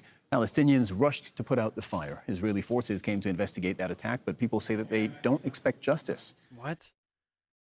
What did he did he just say Israeli settlers? Nita Abraham reports from Duma. A house of prayer set on fire. Palestinian firefighters contained the blaze at this mosque in the village of Doma, near Nablus in the occupied West Bank. Israeli settlers carried out the attack after midnight on Thursday. Look at that bird just chilling. I don't get how, like, why are the Israelis so hateful? I just don't get it. I don't understand what puts hate in people's hearts like that, But you on the other side of the coin, you got to think about how it's been thousands of years of fighting between these people, right? Hundreds of years, whatever the fuck. But I just don't understand why it can't ever stop, And then fled the scene. Wishful thinking. But they left behind a message. It reads, from Ben Nachman Synagogue. They're referring to a Jewish prayer house that was part of an illegal Israeli settlement outpost near Ramallah. The Israeli army recently dismantled this outpost and 2 others and pushed settlers off the land. As much as this... it's only going to get worse. Oh my God. Is Israel gangbanging? Bro. These Israelis be gangbanging, bro. Look at that. They're tagging walls and shit. Oh my God. Anyways. And it's only going to get worse with the bombing in Israel. All these missiles and stuff coming through. Everything like that. It's going to start pushing them into these different places, and who's going to help them? The IDF, right? It's going to be interesting to see where these people go. Palestinians living here, it's also directed at the Israeli authorities, a warning that settler groups will retaliate. Illegal Israeli settlement outposts are growing. Dozens have been established in recent weeks. Authorities have removed fewer than a handful. They are mostly used as launch pads for settler attacks. And since the Israeli-US offensive on Iran started almost 2 weeks ago, Israeli settler violence has killed at least 6 Palestinians. Israeli forces raided the village to investigate the attacks, but people here tell us these investigations rarely go anywhere. This has emboldened settlers, whose attacks have intensified, empowered by impunity. From the north to the south of the occupied West Bank, Israeli settlers are moving freely, attacking with precision and seemingly without fear. Because as Palestinian people here will tell you, there are few consequences for violence against their communities. Ibrahim, Al Jazeera, Doma, occupied West Bank. Guinea's military-led government has dissolved 40 political parties. Critics say the decree signals a deepening crackdown on political freedoms until under President Mamadi Doumbouya. Oh, it's starting to snow. The storm's coming. There's snow everywhere now. Yay. Yay me, bro. Yay me when I have to go out and fucking... Oh, never mind. I'm not going to crash out over snow on stream. That's embarrassing. Harun Matassa has this report. Opposition leaders in Guinea say the country is now effectively a one-party state.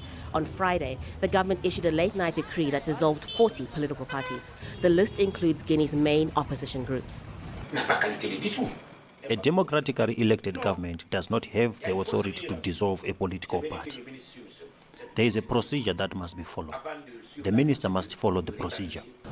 The move strips parties of their legal status and control of their assets.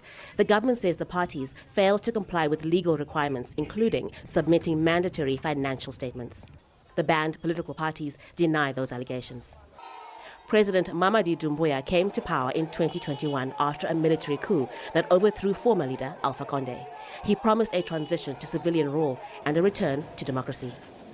But in August last year, Guinea's military rulers suspended the three major opposition parties ahead of a referendum that allowed Doumbouya to run in December's election. If some parties are marginalized, it is not good for the country. The president should work with everybody. It is in the interest of the people of Guinea. Legislative elections are expected in May. But with many parties banned from participating, questions are being raised about how free and fair those polls will be. Harun Matassa, Al Jazeera. Passenger train. A cargo ship from Thailand is struck by a projectile in the Strait of Hormuz. This all happened yesterday as Iran is launching fresh attacks in the Middle East waters. The regime also joining Hezbollah, both firing simultaneously toward Israel. Our chief foreign correspondent Trey Yingst joins us from Israel with more. Trey.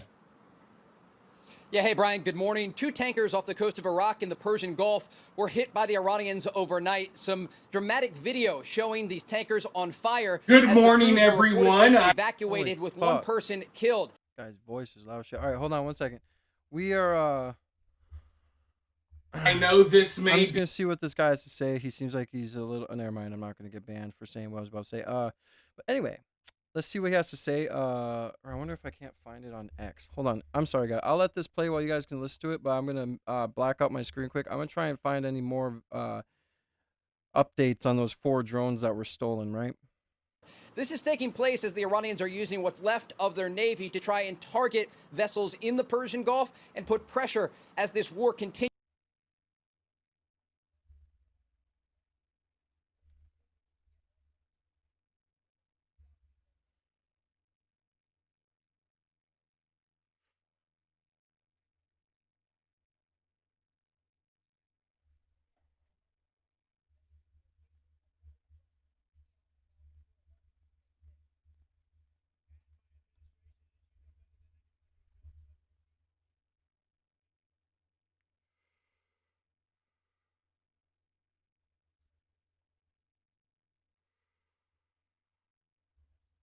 Every hour I have to change because they knock them out so fast. I've never seen anything. Think of it.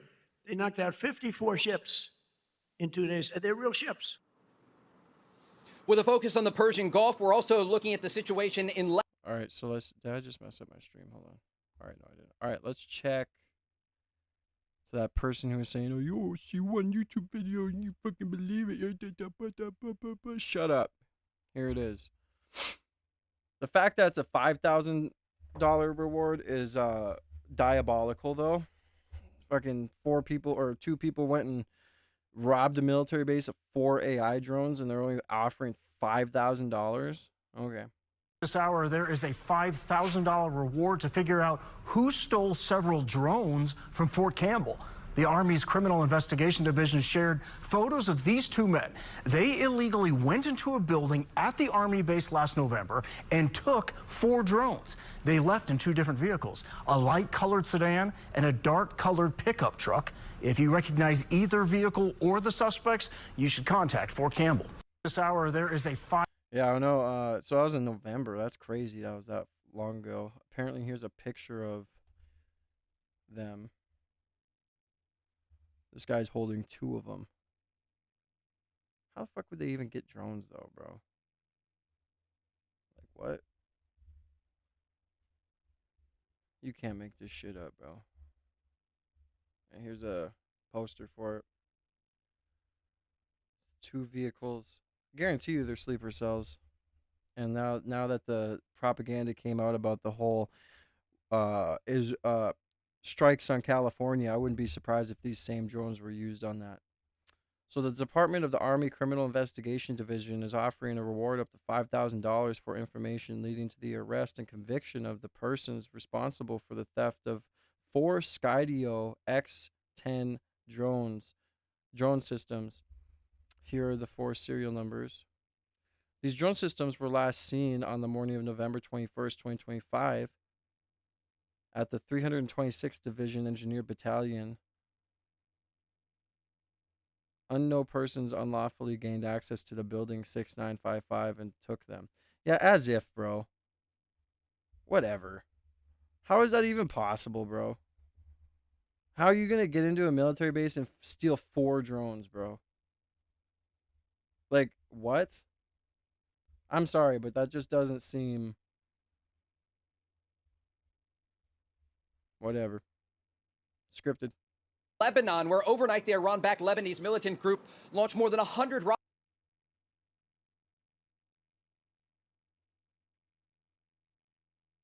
It just seems like that the place would be secure and would just anybody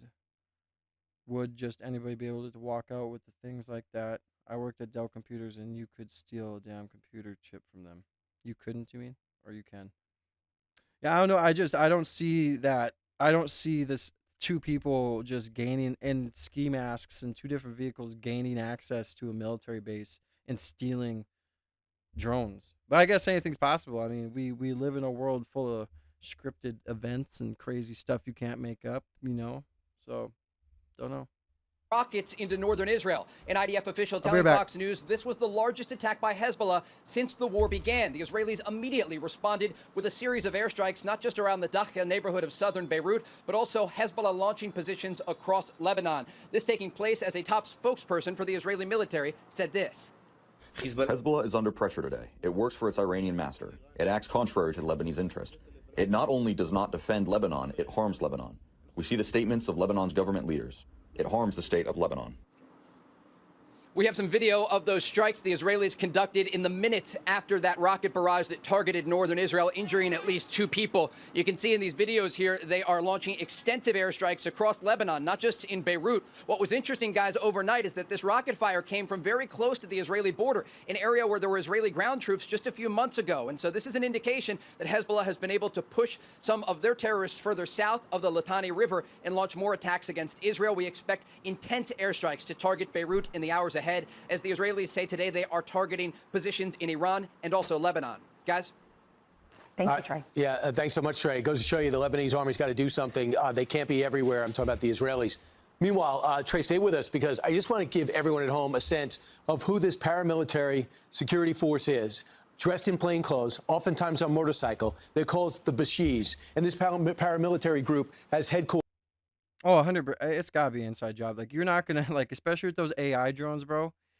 There's no way that there's no way they're walking out with that shit, bro. Sorry. Guarantee you that they're under 24/7 surveillance, all this other stuff. Like, okay, yeah, tell me another story, bro. Cool story. Orders. You know, we think, like, roughly based here. The red marks are the places that we've actually attacked. And this is what I think is directly related to Prime Minister Netanyahu, Israelis too, coming out and saying, get ready to take back your country. You can't do it when you have this police force amongst you who are sitting there with force and with guns who are going to shoot you if you protest. They're the ones who pile up the bodies in the streets of people when they want to just have a say in their government and they're upset they can't get any water or their currency is worthless. Who's the head of the Basij? He's dead.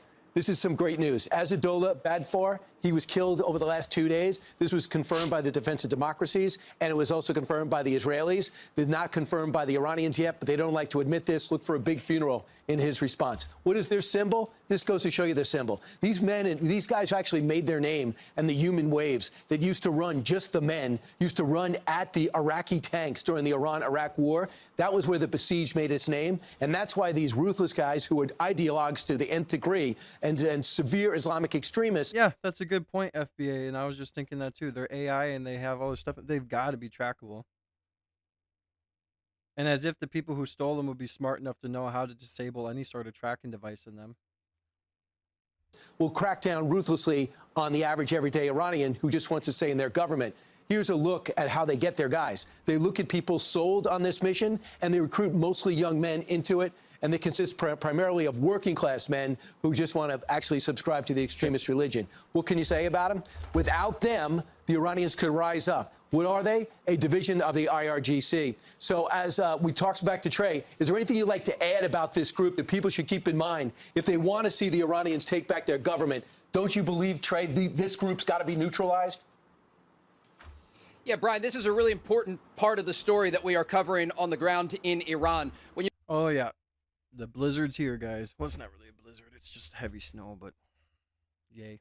You look at Iran's IRGC, it's made up of 5 separate branches. We know about the Quds forces, President Trump ordering that targeted strike against Qasem Soleimani back in 2020. We know about their air force and ground forces. It's the Basij forces, though, one of the branches that is responsible for the crackdown on protesters in Iran. One of the reasons that Operation Epic Fury began. We saw the attention shift back to Iran earlier this year when the Basij forces went into the streets and directly confronted the pro-democracy protesters who were peacefully demonstrating in the streets of their country. President Trump believes 32,000 Iranian civilians were slaughtered, mainly by these forces, as they went on motorcycles and in cars and opened fire on demonstrators. And so there has been a concerted effort, I'm told, by intelligence officials here and in the United States to go after the leadership structure of the Basij forces and their command and control centers. We saw earlier in Operation Epic Fury intense airstrikes against the capital of Tehran, taking out the command centers that they used to order the crackdown on protesters. And we expect the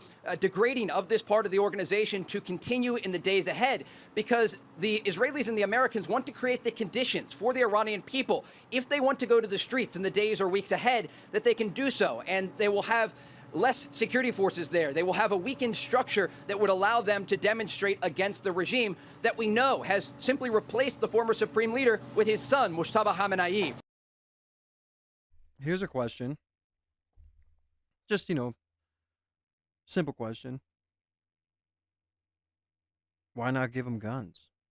Right? And that's right, FBA. Why we shouldn't be selling stuff that, let alone the fact that Trump said that, oh, we knocked out their nuclear capabilities back in June, but we're invading them now to take away their nuclear capabilities. Like, yeah, it's just all whatever, bro. Like Candace Owen said, mowing the lawn.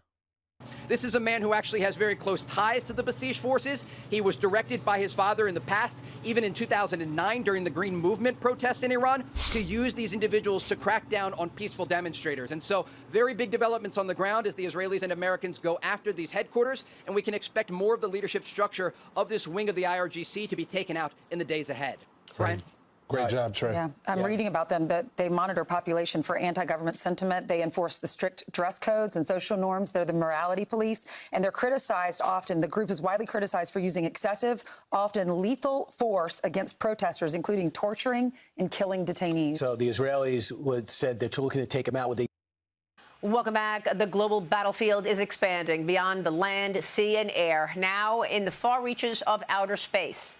American forces have used technology in space to destroy Iran's military infrastructure during Operation Epic Fury, while tracking and shooting down retaliatory missiles.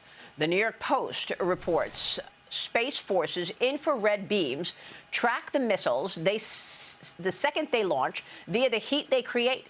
Crews work inside radar domes called radomes, resembling giant golf balls. They receive information in the sky in real time, calculate the trajectory of missiles, and therefore their likely destination, and act accordingly. I know the chat's going to go crazy when I say this, okay? So just don't hate me, don't unsubscribe. But the Earth is F-L-A-T, okay? There is no space. You're going to tell me that they're up there in golf balls? Fucking shooting down missiles? Yeah, show me a picture. Joining me now with more of this is the man of the hour, NASA Administrator Jared Isaacman. Jared, welcome back. It's good to see you this morning. We so appreciate your time. Oh, it's great to be back. We've talked in the past about space being a major national security issue, and we need to protect it. Give us your take on specifically how space is involved in this particular fight and the battle on Iran. Absolutely. And I mean, space is the ultimate high ground, right? President Trump certainly knows this. It's why he created the Space Force during his first term. It's why he created the Artemis program, which is kind of on the peaceful civil side of space, which is my responsibility at NASA. And that's America's moon rocket behind us right now. But you're absolutely spot on. The assets we have in space, the satellites that are there for observation, for communication. I mean, these are the capabilities that are identifying the rocket launches, that are communicating to our forces and give America an extreme edge in this conflict. Yeah, and that's what FBA, why we worry so much about protecting space, because we know that that's where our satellites are, and an adversary would want to take down our satellite to shut the lights, certainly on Earth and impact America. Have we seen evidence of an adversary trying to mess with any of our satellites? Well, there's no question about it. Again, this is why President Trump created the Space Force, is because this is one of the most important technological domains, and it is no longer secure. I mean, our adversaries have capabilities in space that can threaten our assets. Now, we, of course, have our assets in space that can counter some of that. It's also why the high ground of space keeps getting higher. The satellites initially in low Earth orbit are closer to Earth. They're probably a lot more vulnerable to the satellites we have in... yeah, I would love to see... It's like the last time we ever seen a rocket go up to space and we put people in it, it exploded and they died. If space is real, send them up again. I just don't believe it. I'm sorry. And I always laugh at Catholics or people who are really quoting the Bible as if they really go by it and they believe in space. They believe we're rotating around the sun at 75,000 miles an hour while we're rotating at 75, whatever the fuck it is. You really think that that's real? Come on. We're in a flat plane simulation universe. I would love to see someone get in a ship, in a spaceship, like they did back in fucking days where we call them from a landline. With how technology is today, I want to see it. Send them up. Dude, how do you know that? Have you seen it with your own eyes? For everything's CGI. Like, it's all... I literally am not going to believe it until I see it. Put some people in a SpaceX rocket, send them up and bring them back down. And I mean up. Like, go back to the... Go 10 miles past the moon and turn around. In geostationary orbit, but now this is why cislunar space is important. You get higher up, you can still look down on Earth. You have some greater freedom of maneuverability the farther away you get. This is kind of the reality of the new space race. So what? Yeah, like that one with Katy Perry. Yeah, right, Stacy. When you go up there and the door was accidentally. Yeah, whatever, dude. Whatever. What does the U.S. need to do right now, then, Jared? I mean, when you look. Then why aren't we back up there now, Mr. Physics Man? Tell me, why are we not back up there? Why are we not back up there? Why is it when I wake up in the morning, I see the moon here and the sun here? Isn't the moon supposed to be on the other fucking side of the world? You're never gonna convince me. And I think people that believe in space and believe in all that, well, send someone back up there then. At the national security stakes, whether it be lunar dominance, satellite protection, space supply chains, what are you most focused on, and what does the United States now need to do to protect that space?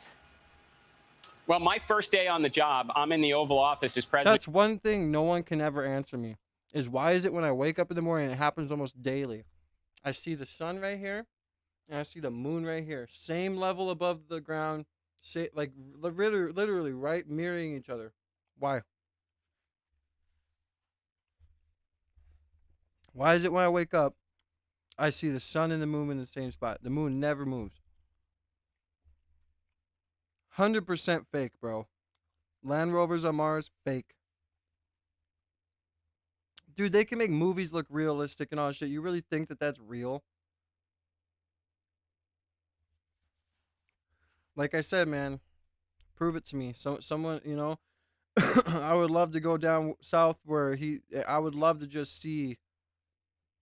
I want to see it from beginning to end. I want to watch it go up there, watch the cameras the whole time and everything. I just think it's fake, bro. Sorry.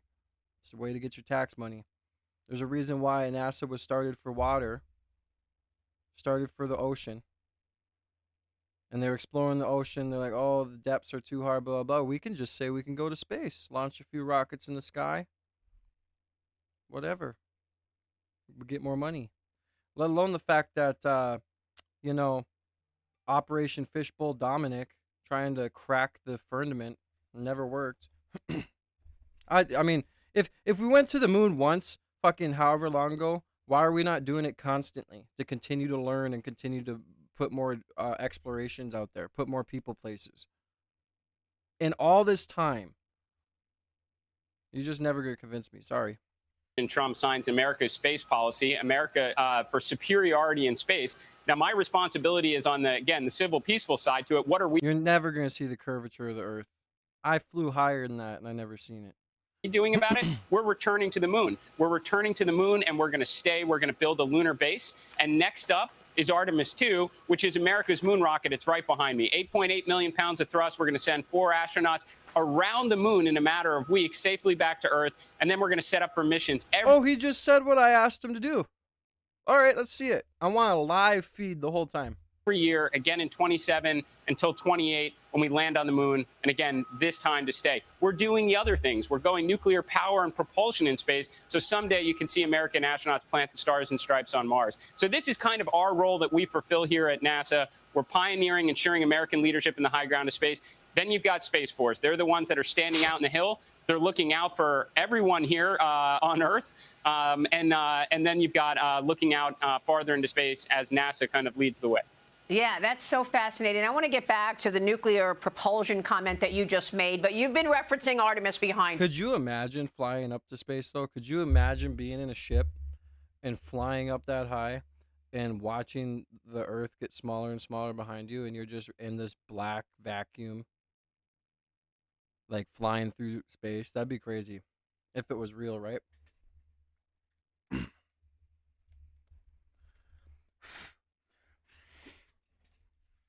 I just want people to prove to me that that's real. Prove it to me. Show me a non-CGI photo.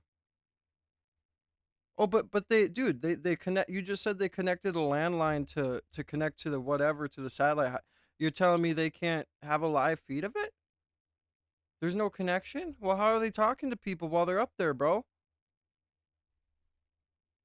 What? Sorry. Nope. What do we need to understand about Artemis, Jared? What do you want to tell us about Artemis? Do we want the camera to widen out or go closer to show us specifically what you're referring to? Okay, well, what's most important about Artemis is it's a program that lives on beyond any one rocket. You know, President Trump wants to make sure that we pick up where Apollo 17 left off. We are not just going back to the moon to plant the flag and bring home rocks and leave the footsteps, but to build an enduring presence on the moon, a moon base. Well, if the day that I'm, proved wrong, that's fine. I would love to be proved wrong, but until that day happens, I don't know. I just find it funny that everybody wants to always say this stuff, and it's like, dude, it was like however long years ago, last time I went to the moon. You're telling me we could do it back then, but we have not done it since. I don't buy it. Sorry. What about the moon and the sun? It's yin and yang, bro. Right? The sun is masculine, the moon is feminine. It's meant to represent certain things in the universe. Right? That's why we have spiritual events that happen on lunar eclipses or whatever else. Where we can realize the scientific, economic, national security value on the moon to be a proving ground to test out the capabilities for someday when America's journey takes us to Mars. So this is the opening episode, but you're going to start seeing moon launches to the moon almost on a monthly cadence. A lot of uncrewed vehicles are going to go. This is a lot of talking, bro. I better see results then.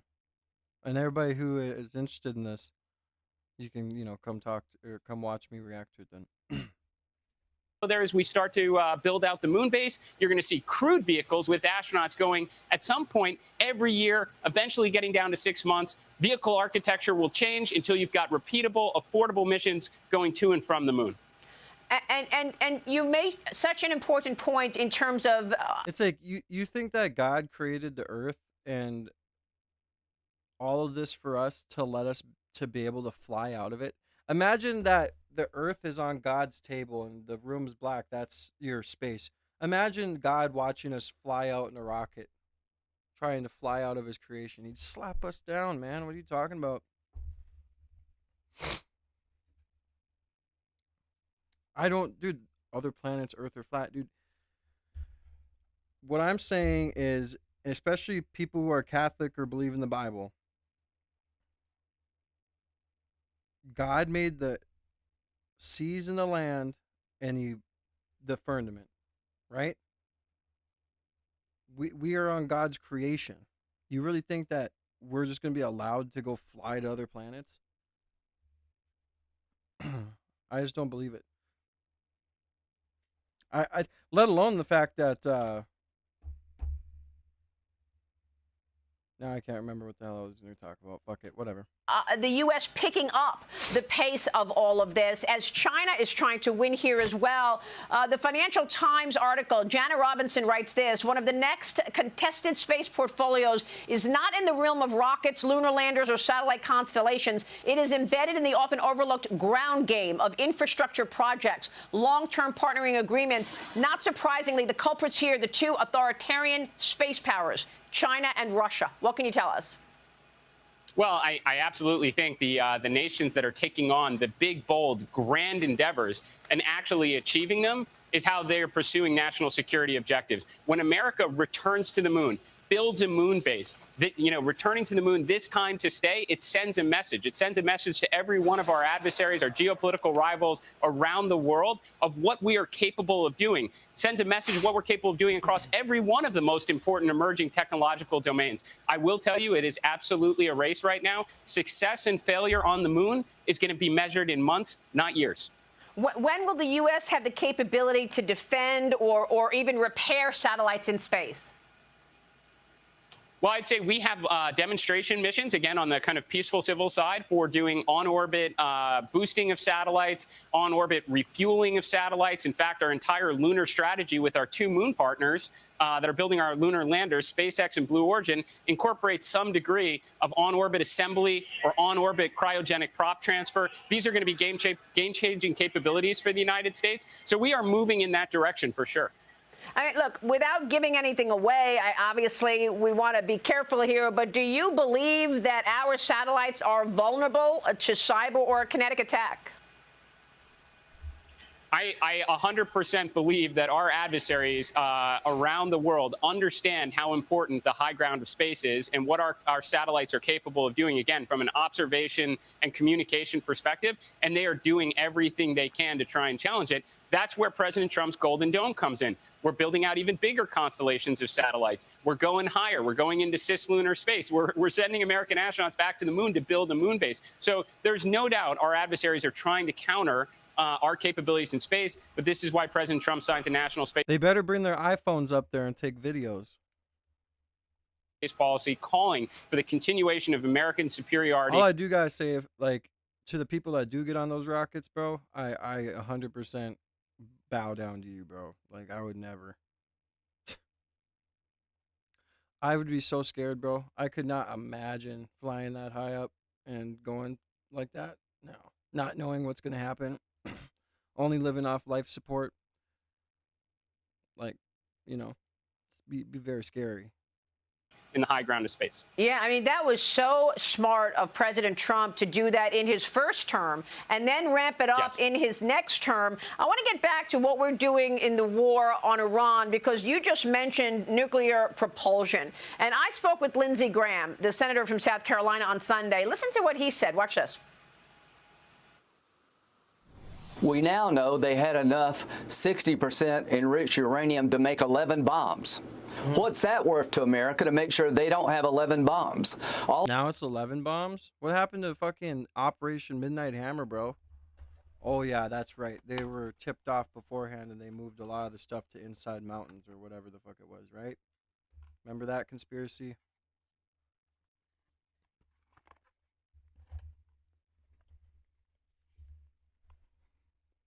All this money is to make sure they never go nuclear, they can't hit us with ballistic missiles, and they stop terrorizing the region. When this regime goes down, we're going to have a new Mideast. We're going to make a ton of money. Nobody will threaten the Straits of Hormuz again. But Donald J. Trump saved the world from real chaos.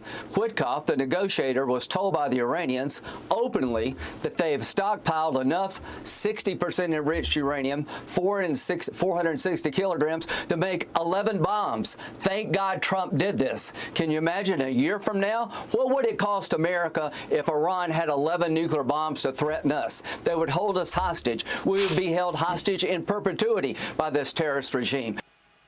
So, Jared, I go back to what you said about nuclear and propulsion. Is nuclear propulsion critical for national security when it comes to things like this conflict we're in right now? Yeah, well, I just want to say, even if By the way, the super chat goal is over. Thank you for helping me almost reach the goal, especially to FBA. I really do appreciate you, all those donos. I'm very grateful. I don't know how to say thank you enough. The blessings and the donos go a long way. So thank you so much, brother. And welcome to the family. I'm glad to have you guys here. Anyone that's new, thank you. We were at 10,817 subs last time we checked. Now we're at 10,804. Okay, well, we gained like 30 subs, so that's awesome. Appreciate you guys. Now let's go back to the fake space propaganda. even though I'm here in my NASA capacity, I 100% agree with President Trump, Senator Graham, in that respect. You absolutely can never let a country where they chant death to America have nuclear weapons and highly enriched uranium. You don't even need to use that material to make a bomb. You can simply scatter that material, and you can create radiological issues for lots of people and shut down entire areas of land that might not be inhabitable for a very long period of time. It's completely unacceptable for them to ever have that capability. Now, nuclear power is immensely important for civil applications, for peaceful exploration in space. You've got industry like SpaceX, Blue Origin, Rocket Lab, Firefly, all these companies, ULA, building chemical rockets. Yeah, Charlie Kirk didn't like Lindsey Graham. And actually, Lindsey Graham was Charlie Kirk was a big adversary for Charlie Kirk, especially when it came to the Iran conflict. He didn't want that. They were butting heads about it. So there was just a lot of things going on with that where, yeah, he's definitely a warmongering person. Allegedly, everything I say is for comedic value. I'm a comedian that's been off my meds for months. Don't listen to a word I say. They can send you someplace within our solar system on a one-way journey. What do you do when you want to go back and forth? That's where you kind of have the interplanetary railroad, if you will, which is nuclear power and propulsion tugs, allows you to move lots of mass from Earth to Mars, for example, and then you can also bring that nuclear power down to the surface. You can make propellant, so when one day American astronauts arrive on Mars, they actually can manufacture the propellant that's going to be necessary to come home to Earth and tell us all about it. But, I guess what I'm worried about and our viewers have worried about is... Does anyone remember that movie? It was about space. And it was Apollo 11 or something. Apollo 13. And it was, they went up to space on the moon and there was like these monsters there. Does anyone remember that movie? Because that's what it makes me think of. It's like, what if there's like little fucking alien monsters up there that will attack us? You know?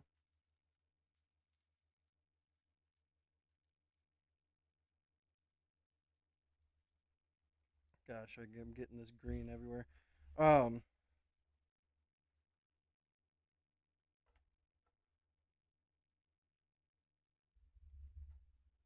keef everywhere. Sorry, guys. Why would you want to keep something like that around? What do you mean? Lindsey Graham? I don't know. But anyway, that movie Apollo 13. I can't remember what the movie was. You guys are going to have to remind me. But that movie was like awesome. I remember going to the movie theater to see it back when going to the movie theater was cool.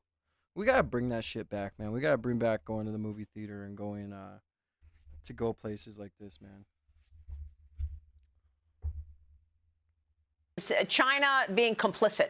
I mean, aren't China and Russia right now using their space assets to assist Iran in this fight and identify our forces for targeting?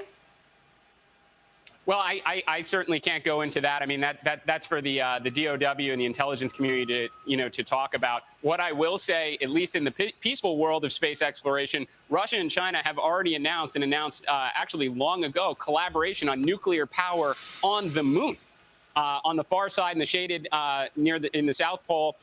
To build a nuclear power plant alongside a research station. It's also why President Trump in his American Space Superiority executive order said America needs to build nuclear power and propulsion in space to enable Mars, but also to enable our base on the moon as a proving ground for future missions farther into the solar system. Dude, I'll never forget when that movie 2012 came out, and like there was this big thing about how 2000. Remember when they were trying to predict the end of the world, and it was like they kept predicting, kept failing, but I remember when they were trying to say 2012 might be the end of the world, and I'll never forget. I was like 13, 12, and I was sitting up all night waiting for those asteroids to come, man. So never came. Bottom line, is space becoming the next battlefield, and is America ready for that? Calm down, Miss Star Wars. It's already there, but I will say that space is already the ultimate high ground. It is a battlefield. I will just say we have the best president, loves space, understands the importance of space. It's why he created the Space Force in his first term. It's why he created the Artemis program. It's why he created the Artemis Accords. And it's why on my first day in the job, President Trump signed the executive order on American superiority in space. And should we be relying on private companies? I mean, Jared, talk to us about SpaceX helping in this assist in terms of critical national security infrastructure. Well, I would say that America right now has the healthiest, most competitive launch industry in the history of America's space program. We have SpaceX for sure. We have Blue Origin. We have Rocket Lab, Firefly, ULA. But when you talk about SpaceX specifically, if we did not have their reusable rockets, their rockets that return to Earth, land on ships, we would be falling behind our adversary, China, in terms of orbital launches every year. The capabilities they give us, and now Blue Origin has reusable rockets, that is the difference between who can put mass up in orbit, and that's your observation satellites, those are your communication satellites. Those are the capabilities right now that are making the difference in the Iranian conflict. So do you believe that China is trying to plant the first permanent base on the moon? And what does that mean if it were to do that? I 100% believe we are in a race right now against China, and the difference between success and failure is months.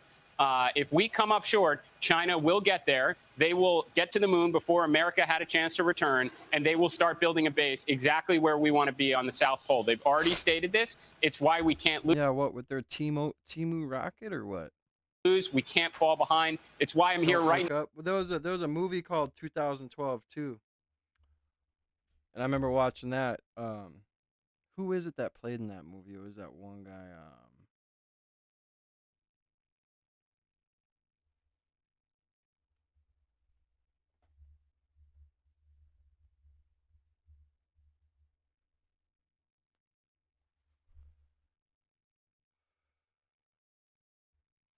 This movie or whatever.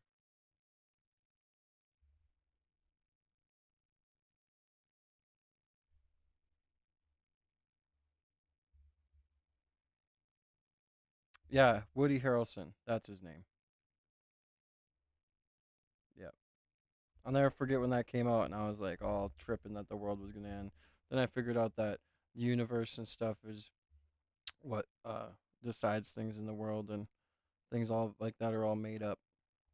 Now, with America's moon rocket, we're upping the cadence. We're going to go from launching this thing every 3 years. We're going to try and launch it every year. We're working alongside our partners at SpaceX and Blue Origin, Boeing, and Lockheed to get on the game, start moving very fast, launch moon rockets, return to the moon, build the base.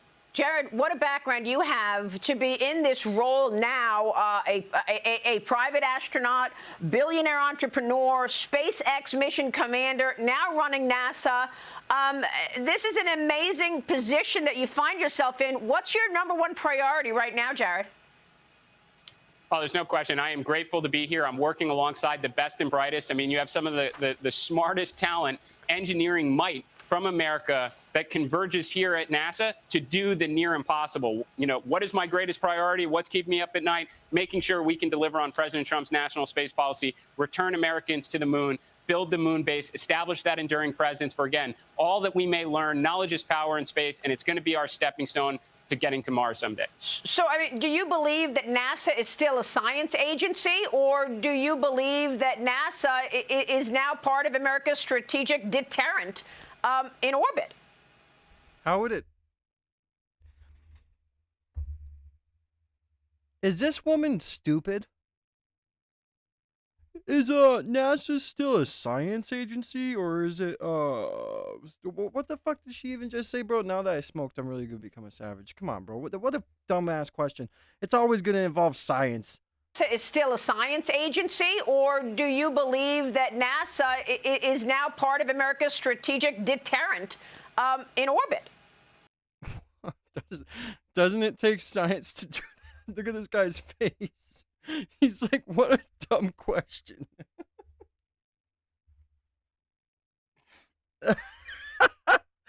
Oh, God, dude. Oh, my boobie hurts. Bring back childhood memories. Yeah, I know, dude. I get nostalgic all the time. Well, the answer is both. So, of course, we are still all about science and discovery. We have been since the beginning of the space program. Our telescopes that are out there, Hubble, James Webb, our rovers that are on Mars right now. I mean, knowledge is power, and we want to make sure every breakthrough that's going to change the world in space exploration and discovery is making its way through NASA. That said, do we have a national security mission? You bet we do. Again, 1969, July 20th, Neil Armstrong, Buzz Aldrin on the moon. We did the near impossible. It sends a message to the entire world. What else is America capable of doing? We're going to do it again in the years ahead under President Trump's leadership. Wow, Jared, this is all very exciting, a little scary, but very exciting nonetheless. We, of course, and all our viewers are wishing you the best of luck.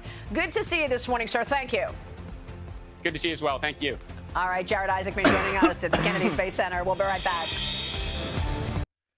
See, I was born in 99, bro. Like, I'm like a 99 baby, I guess. But, I mean, even when I was just growing up,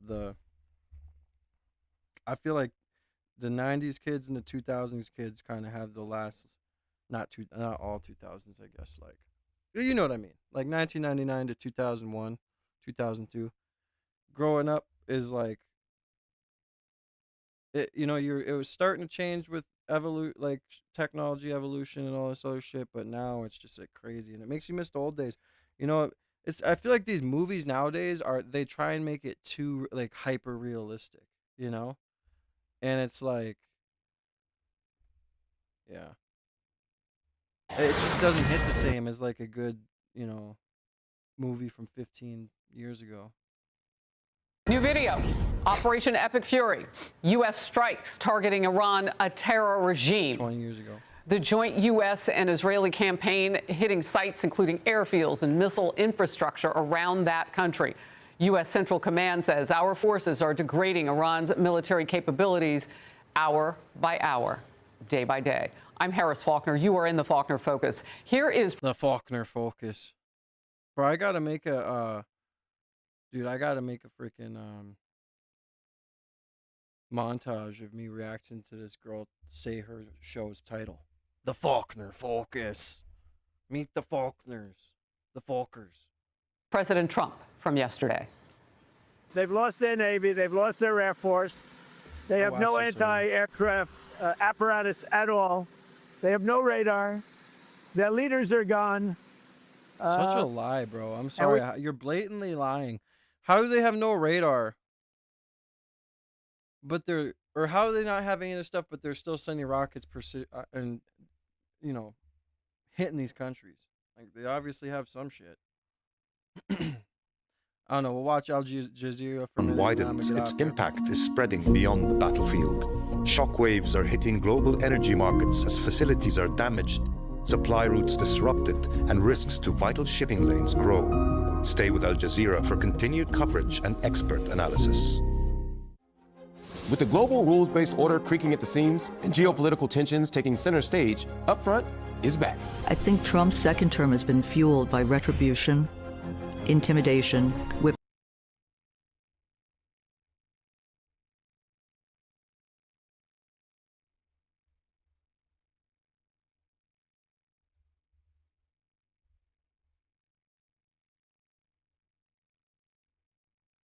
as I mentioned last class, there are three major questions that will determine how this war is fought, what this war will end up looking like, and how the world will change.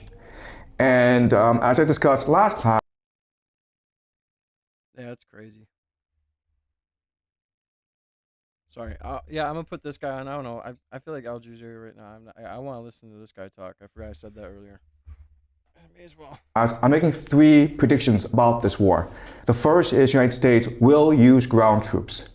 And this will mean that Donald Trump will institute a national draft. Okay? That's the first prediction. Second prediction is that Israel and the United States will not use tactical nuclear weapons in this war.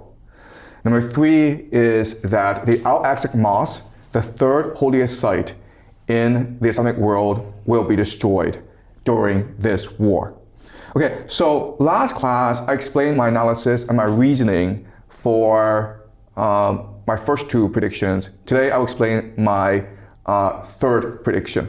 So, but before we start, I just want to look at some videos, okay? So you understand some of the context, some of the players in this war. All right, so this is Senator Blumenthal of Connecticut, and he is one of the 100 members of the US Senate.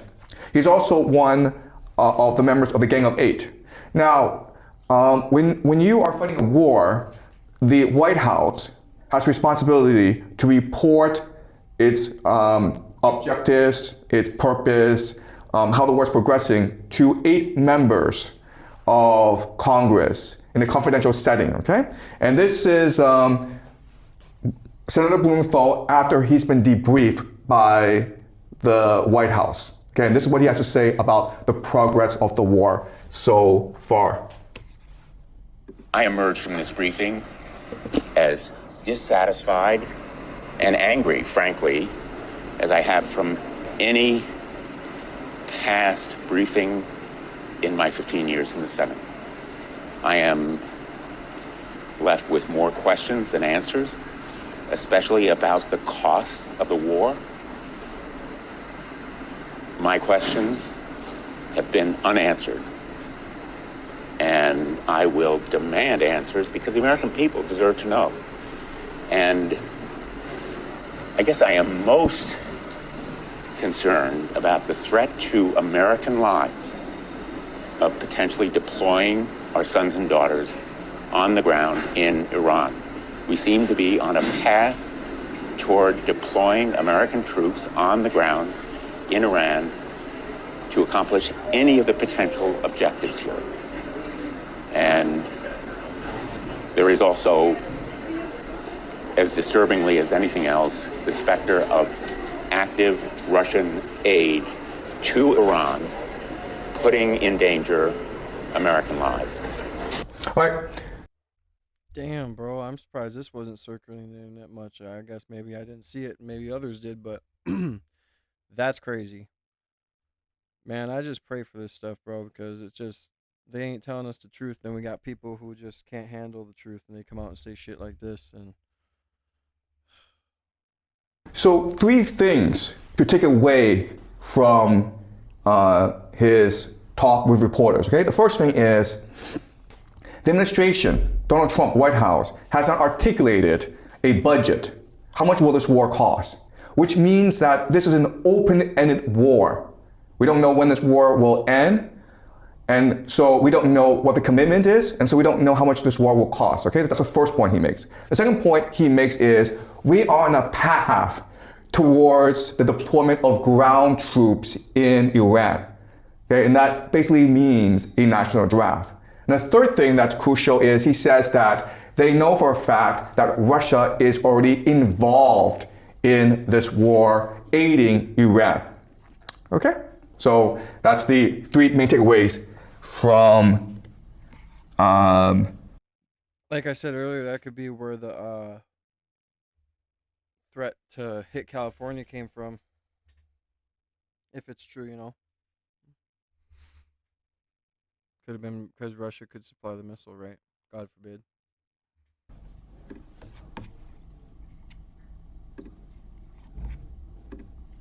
Okay, so this is the foreign minister of Iran, Agachi, talking to NBC News. All right?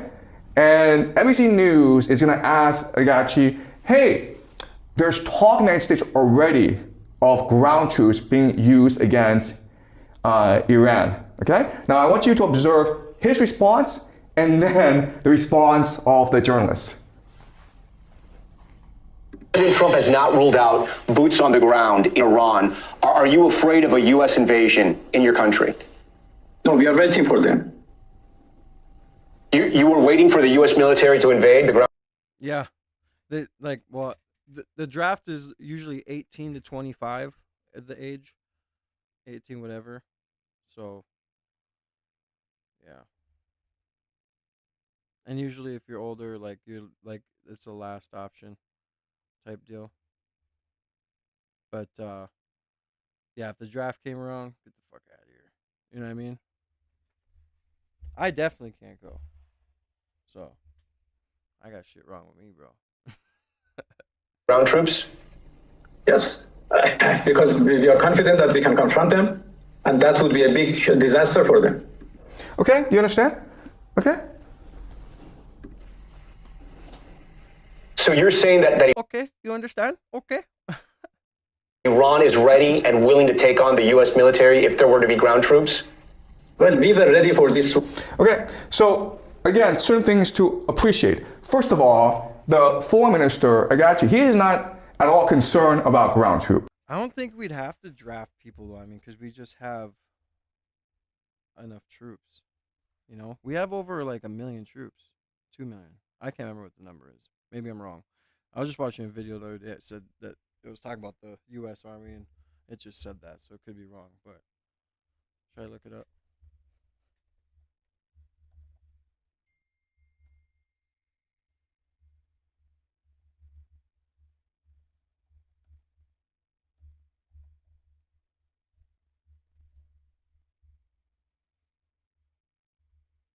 Oh, 425,000 active, roughly.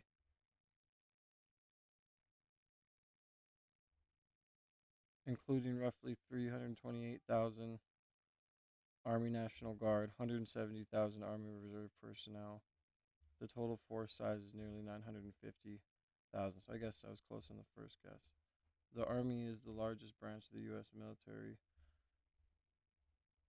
How much troops does the USA have? Maybe they're considering Army, I feel like, because it's emphasizing. Yeah. So this is how much we really have. Of 2026, the U.S., as of 2026, the U.S. states, or United States, sorry, I shouldn't have smoked, bro, consists of approximately 1.32, so basically 1.3 million.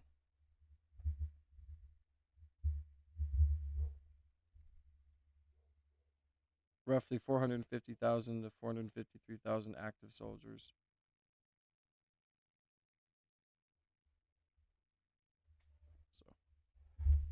In fact, he basically said, it's a trap for you guys. You come in, we've been preparing for about 20 years for this, we'll destroy you. Another thing that you will notice is the journalist is completely surprised by the answer. He's shocked into silence. He has to ask again, wait, are you saying you're ready for ground troops? And so this shows you that within Washington, D.C., okay, within the Trump administration, within the foreign policy elite, within the media elite, they haven't really thought this through out. They really haven't considered the possibility of losing this war. Washington, D.C. right now, it's a bubble, okay? It's an insular bubble where everyone just believes the same things, and that's very problematic if you are to continue fighting this war, okay? All right, let's continue.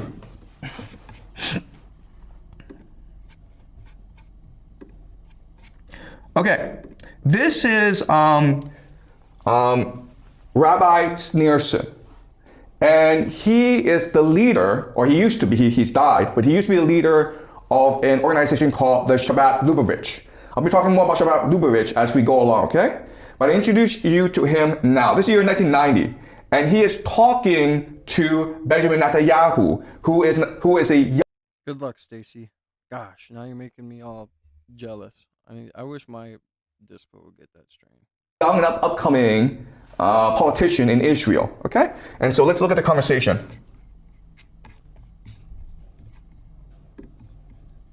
This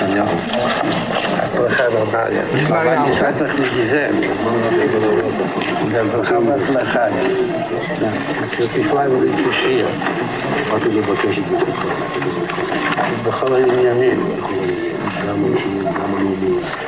מה שישראל לאחרונה ניתצו כמה עניינים. מה שלא יאות, וגם משהו שעדיין משאיר ליבו. אז הייתה משהו.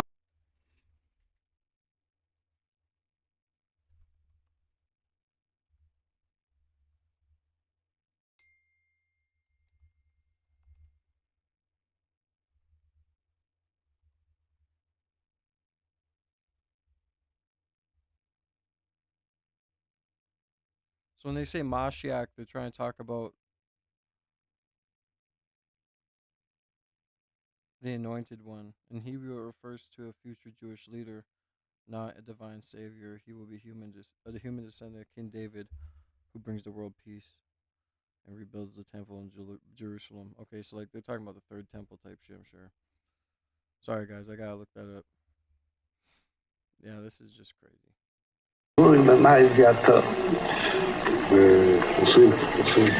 I know, if we were America first, we weren't even doing this, you imagine how much better our country would be. הכנראה שהיא מספיק, שהיום כבר כמה שעות מגיעים עדיין ליבו, אבל יש כמה שעות, אבל יש להשתדל גם היום, בצורה טובה. Okay, so what's going on here? Okay, so as an up-and-coming politician, Netanyahu is going to the rabbi, and the rabbis are the most powerful people in the Jewish society. He basically says, will you give me your blessing? Will you support me in my political endeavors?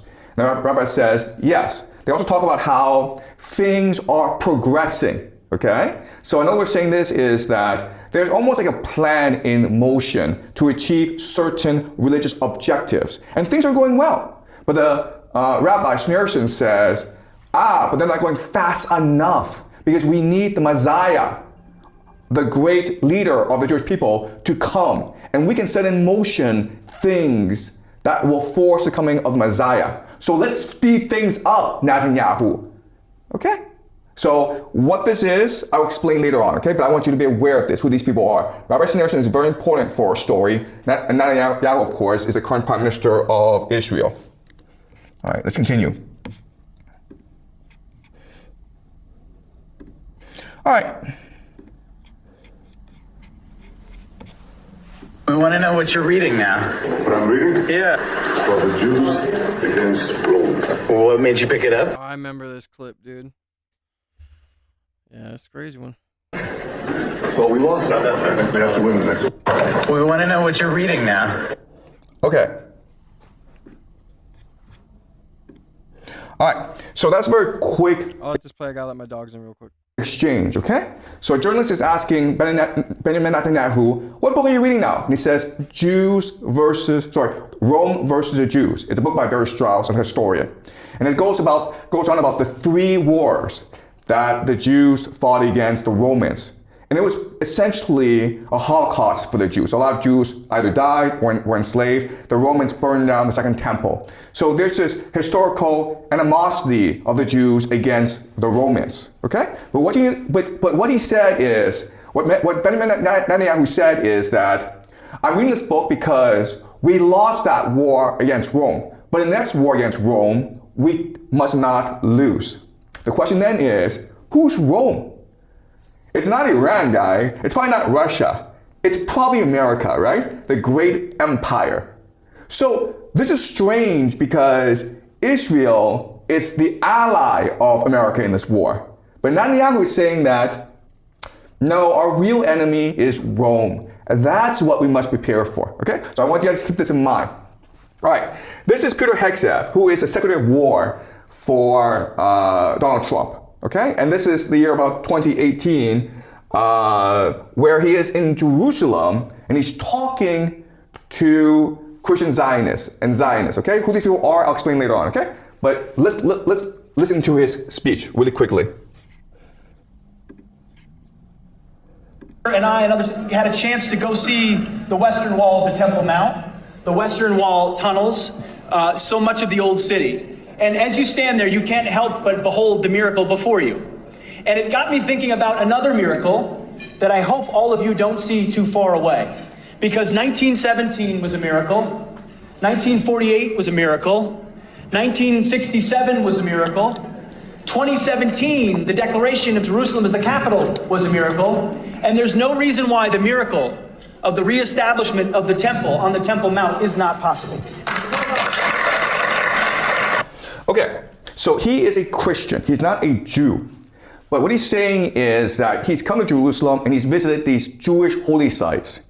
And he can't help be amazed, be awed by the beauty, the spirituality of the Western Wall. He also goes on to say that there's been a series of miracles, okay? So 1917 was the Balfour Declaration, when basically the British Empire permitted the Jews to found the nation state of Israel. 1948 was when Israel was founded. 1967 was when Israel fought a war against its Arab neighbors and won.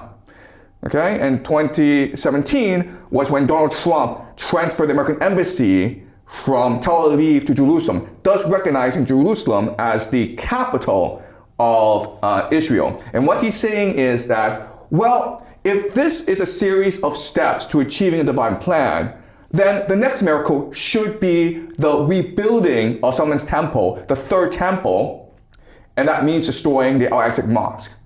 Okay? So what's going on here? Okay, again, I'll explain to you later on, but I want you to be aware of who these people are and how they think. All right, let's go one more video. And so if you want to build Solomon's temple, if you want to build the third temple, you need to get rid of the third holiest site in the Islamic world. And how do you do that? Well, there are some options, okay? So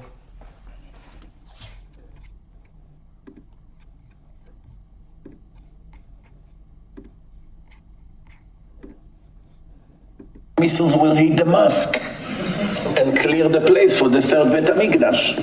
That could also be a miracle. By the way, sorry if I'm being quiet. This is just like super interesting, and I'm trying not to interrupt too much while these are playing.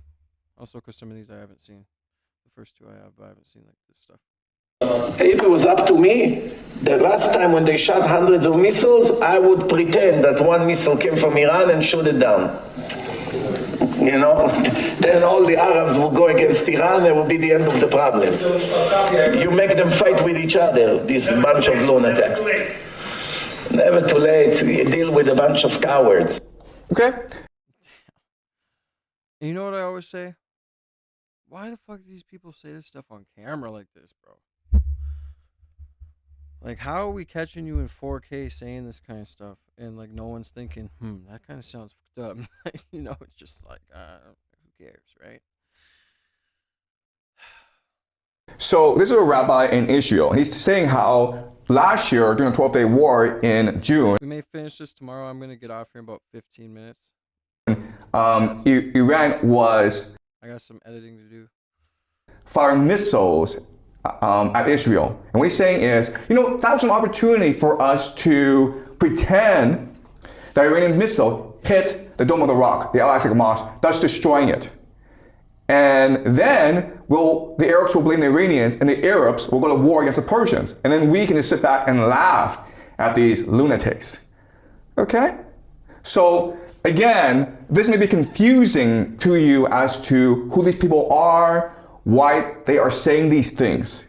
All right? But now what I'm going to do is explain to you what is really going on. Okay? And I keep on saying this, but it is hard from a geopolitical perspective to explain this US-Iran war. You have to look at the religious perspective, okay? The religious angle, and that's what I want to focus on today.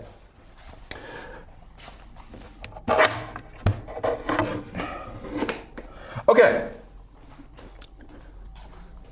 Sorry.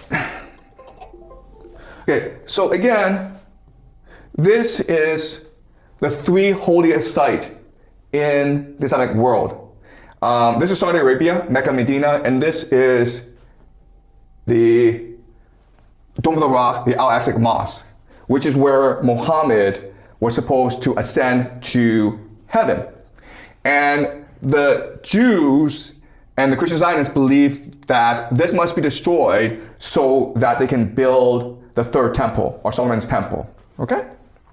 All right. So this is the big question in this war. And again, I keep on saying this, but I need to be right in my prediction if my analysis is to be correct. If they do not destroy the Alexandric Mosque, and if they are able to achieve peace, then my predictive model, my analysis is completely wrong, and you just ignore me, okay, for the rest of my life. And I can go back to teaching, great books or something. All right, so let us examine why this is important, okay? So today I want to introduce you to a new theory of game theory called the law of eschatological convergence.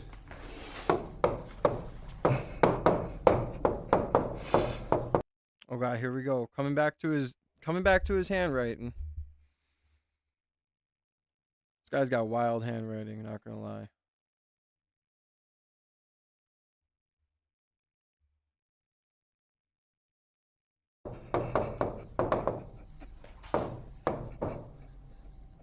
Okay, so this is a very hard thing to write down, okay? It sounds complicated, but it's not, okay? Eschatology, what it is a story of how the world ends. And it's very it's very compelling for people because, remember, we discussed this last semester, but as human beings, we have 3 questions. Where do we come from? Why are we here? Where are we going? And eschatology provides a story that answers all 3 questions. Why God created us, what our mission on earth is, and what God has planned for the end of the world. Okay? And different traditions will have different eschatologies. And what's important to figure out is, in what aspect do these eschatologies converge? Okay? Converge, meaning a union of these eschatologies. And why is that important? Because it allows you to predict how they will behave. Think of a story as the operating system of a society. And as such, it's a script that they will act out. And if you're able to figure out the different scripts and see how they converge together, where the union of these different scripts are, then you can actually predict how the world will turn out. Okay? All right. So having explained the law, I'm going to go into some theory. God, this guy's going to go into how all these people are thinking differently, and he's going to go on this long tangent. Oh my God, I'm going to have to skip forward at some point because we all know how they're all thinking, okay? Let's just get to help us understand why this works, okay? All right, so the first thing to understand is something called the universal law of game theory. Okay? And the universal law of game theory states this. Whoever wins a game... This is supposed to say theory. I mean, I guess it could be a bubble E. Like, what is this, bro? Brother. Is able to do... You're good at speaking, but please get better at writing, for fuck's sake. God damn. This, okay? Dude, this looks like straight half English and half Japanese right here. Or Chinese. I don't know. Mass times... energy times coordination. Okay? So these are the 3 things you want to look at to understand how well a player would do in a game. So mass is just the number of people involved on the team. Okay? Energy is just how much attention, focus, motivation there is. Okay? So think of it as attention, or motivation, or action, okay? Any of these words will do. But basically, how invested are you in winning the game? And how hard are you willing to work to win the game? And coordination is just the idea of synchronicity. And what I mean by that is, how well do the teammates work together? Okay? And something that you need to appreciate is that the most important thing in winning a game is actually coordination. In fact, I would say it's 4 times more important than just mass. So you can have a lot of people, but if they don't work well together, you're defeated by another team with few people, but they work well together, okay? And then energy is twice as important as mass, all right? So let me give you an example. Let's just say that you're playing a game by yourself, okay? Maybe for example, you enter a ping pong competition or a chess competition. Well, mass and coordination don't really matter because you don't have any teammates. And so what matters is energy, how motivated you are to win this game. How much time do you put in practice? How much time do you put into studying and improving yourself? How focused are you in winning, okay? All right, so a team sport, well, mass is constant. And so what matters is energy and coordination, how well the team works well together, okay? Now, what's interesting is that there are different ways to improve or and a lot of the reason why is that they pool the resources together. And when they pool the resources together, but for his whole family, okay? Now what I'll show you is how powerful these people are. And again, this is an eschatology where they all share similar vision and therefore they're willing to make the necessary sacrifices in order to help each other achieve this vision, okay? All right, so this is from the biography. In an ocean away in America, Jesuits' followers were mounting a rescue effort. With the help of Stan Kramer, an Orthodox attorney, the son of liberator immigrants, the Shabbat activist Israel Jacobson hired Max Rowe, a politically connected lawyer, to secure American visas for Joseph Yewitz and his family, okay? So in other words, even though there may not be that many followers, they have a wide political circle. And a lot of the reason why is that they pool their resources together. When they pull the resources together, they're able to invest in real estate together, they're able to invest in business together, and they're able to generate a lot of money, which they can then use to influence politics in America, okay? They can buy out politicians, they can do a lot of things.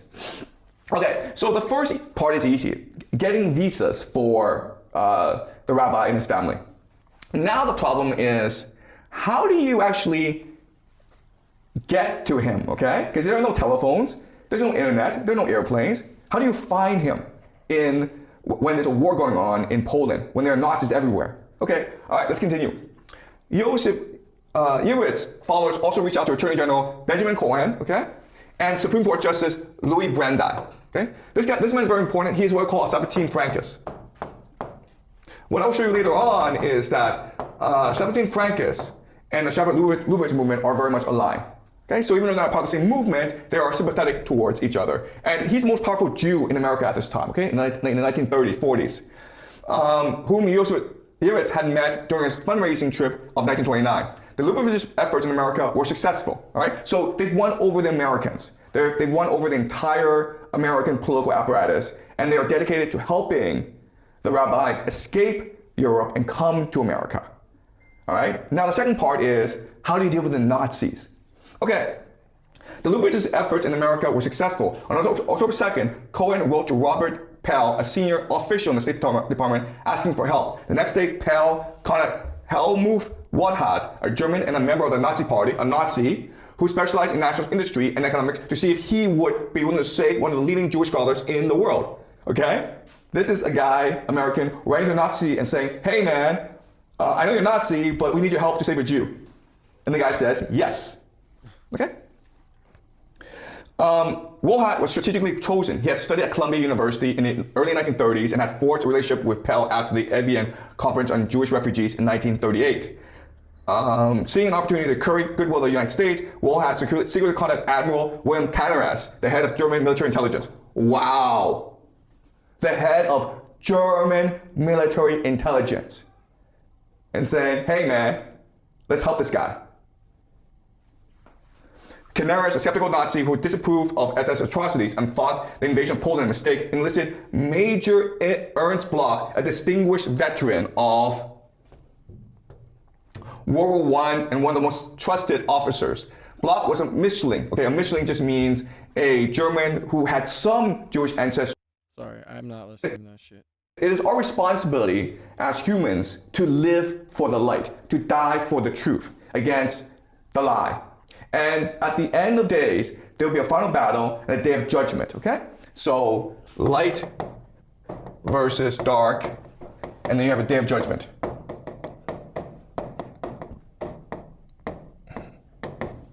Okay, where the God, our master, will come down and he will create a paradise for everyone. Okay, so what matters is to live a noble life and await the day of judgment where eventually heaven on earth will manifest. Okay? And this is important because if you think about how the Iranians are fighting this war, the Iranians welcome in, Apple Tree. Refuse to take the initiative and destroy too much, okay? They refuse to be the villains in this war because for them, in their eschatology, it's important to die for the light, to fight for the truth, okay? Now, Zoroastrianism has a major impact on Jewish eschatology, okay? And Jewish eschatology, again, I'm only talking about the most extreme version of this eschatology, okay? And in this eschatology, the idea is that the Jews disobeyed God, okay? Disobedience. And in order to repair the world, to save the... Appreciate you, Apple Tree. Yeah, and the cat too. Yeah, he's an ass. But we love him. 100% fish guru. Themselves, to create heaven on earth, they need to engage in redemption, okay? Redemption.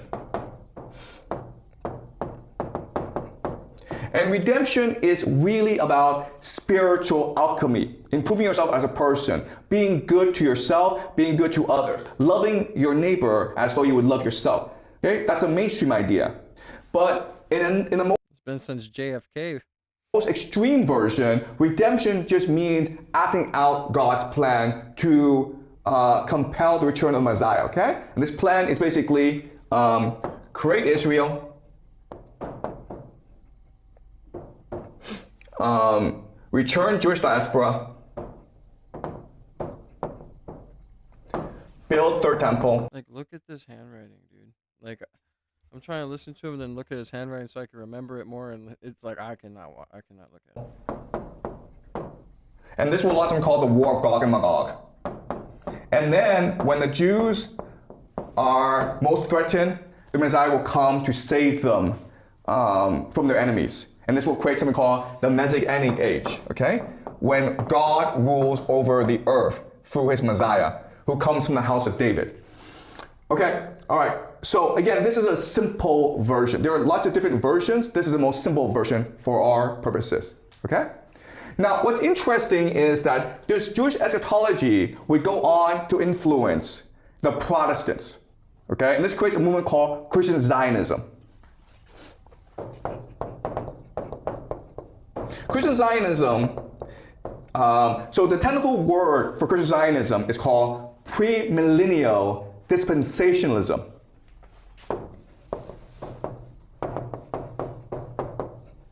Okay. All right, yeah, guys, I'm gonna get off. I can't handle this guy's handwriting, bro, and I'm trying to follow along and I can't. So we'll just cover more tomorrow on it. There's other lectures where he does better with the handwriting, but this one's terrible, dude.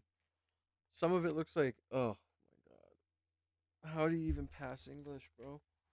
What? That's just crazy. But yeah, I got some videos I gotta do. I'm finishing up chopping up yesterday's stream, and I got clips that I'm making, so I'm trying to have stuff out. So I appreciate you guys for being here, especially I don't know if he's still here or not, but thank you to FBA for all the donos, bro. God bless you. Thank you for blessing me so much today. And then thank you to Stacy as well, man. I hope y'all have a blessed day. And he does miss a lot of points. Yeah, he is good, but he needs to focus on his handwriting. Yeah, no, it's not as strong. Dude, I used to have teachers like that wrote in school, and I was just like, dude, why are you teaching? Why are you teaching if you can't write, bro? That's what I used to think.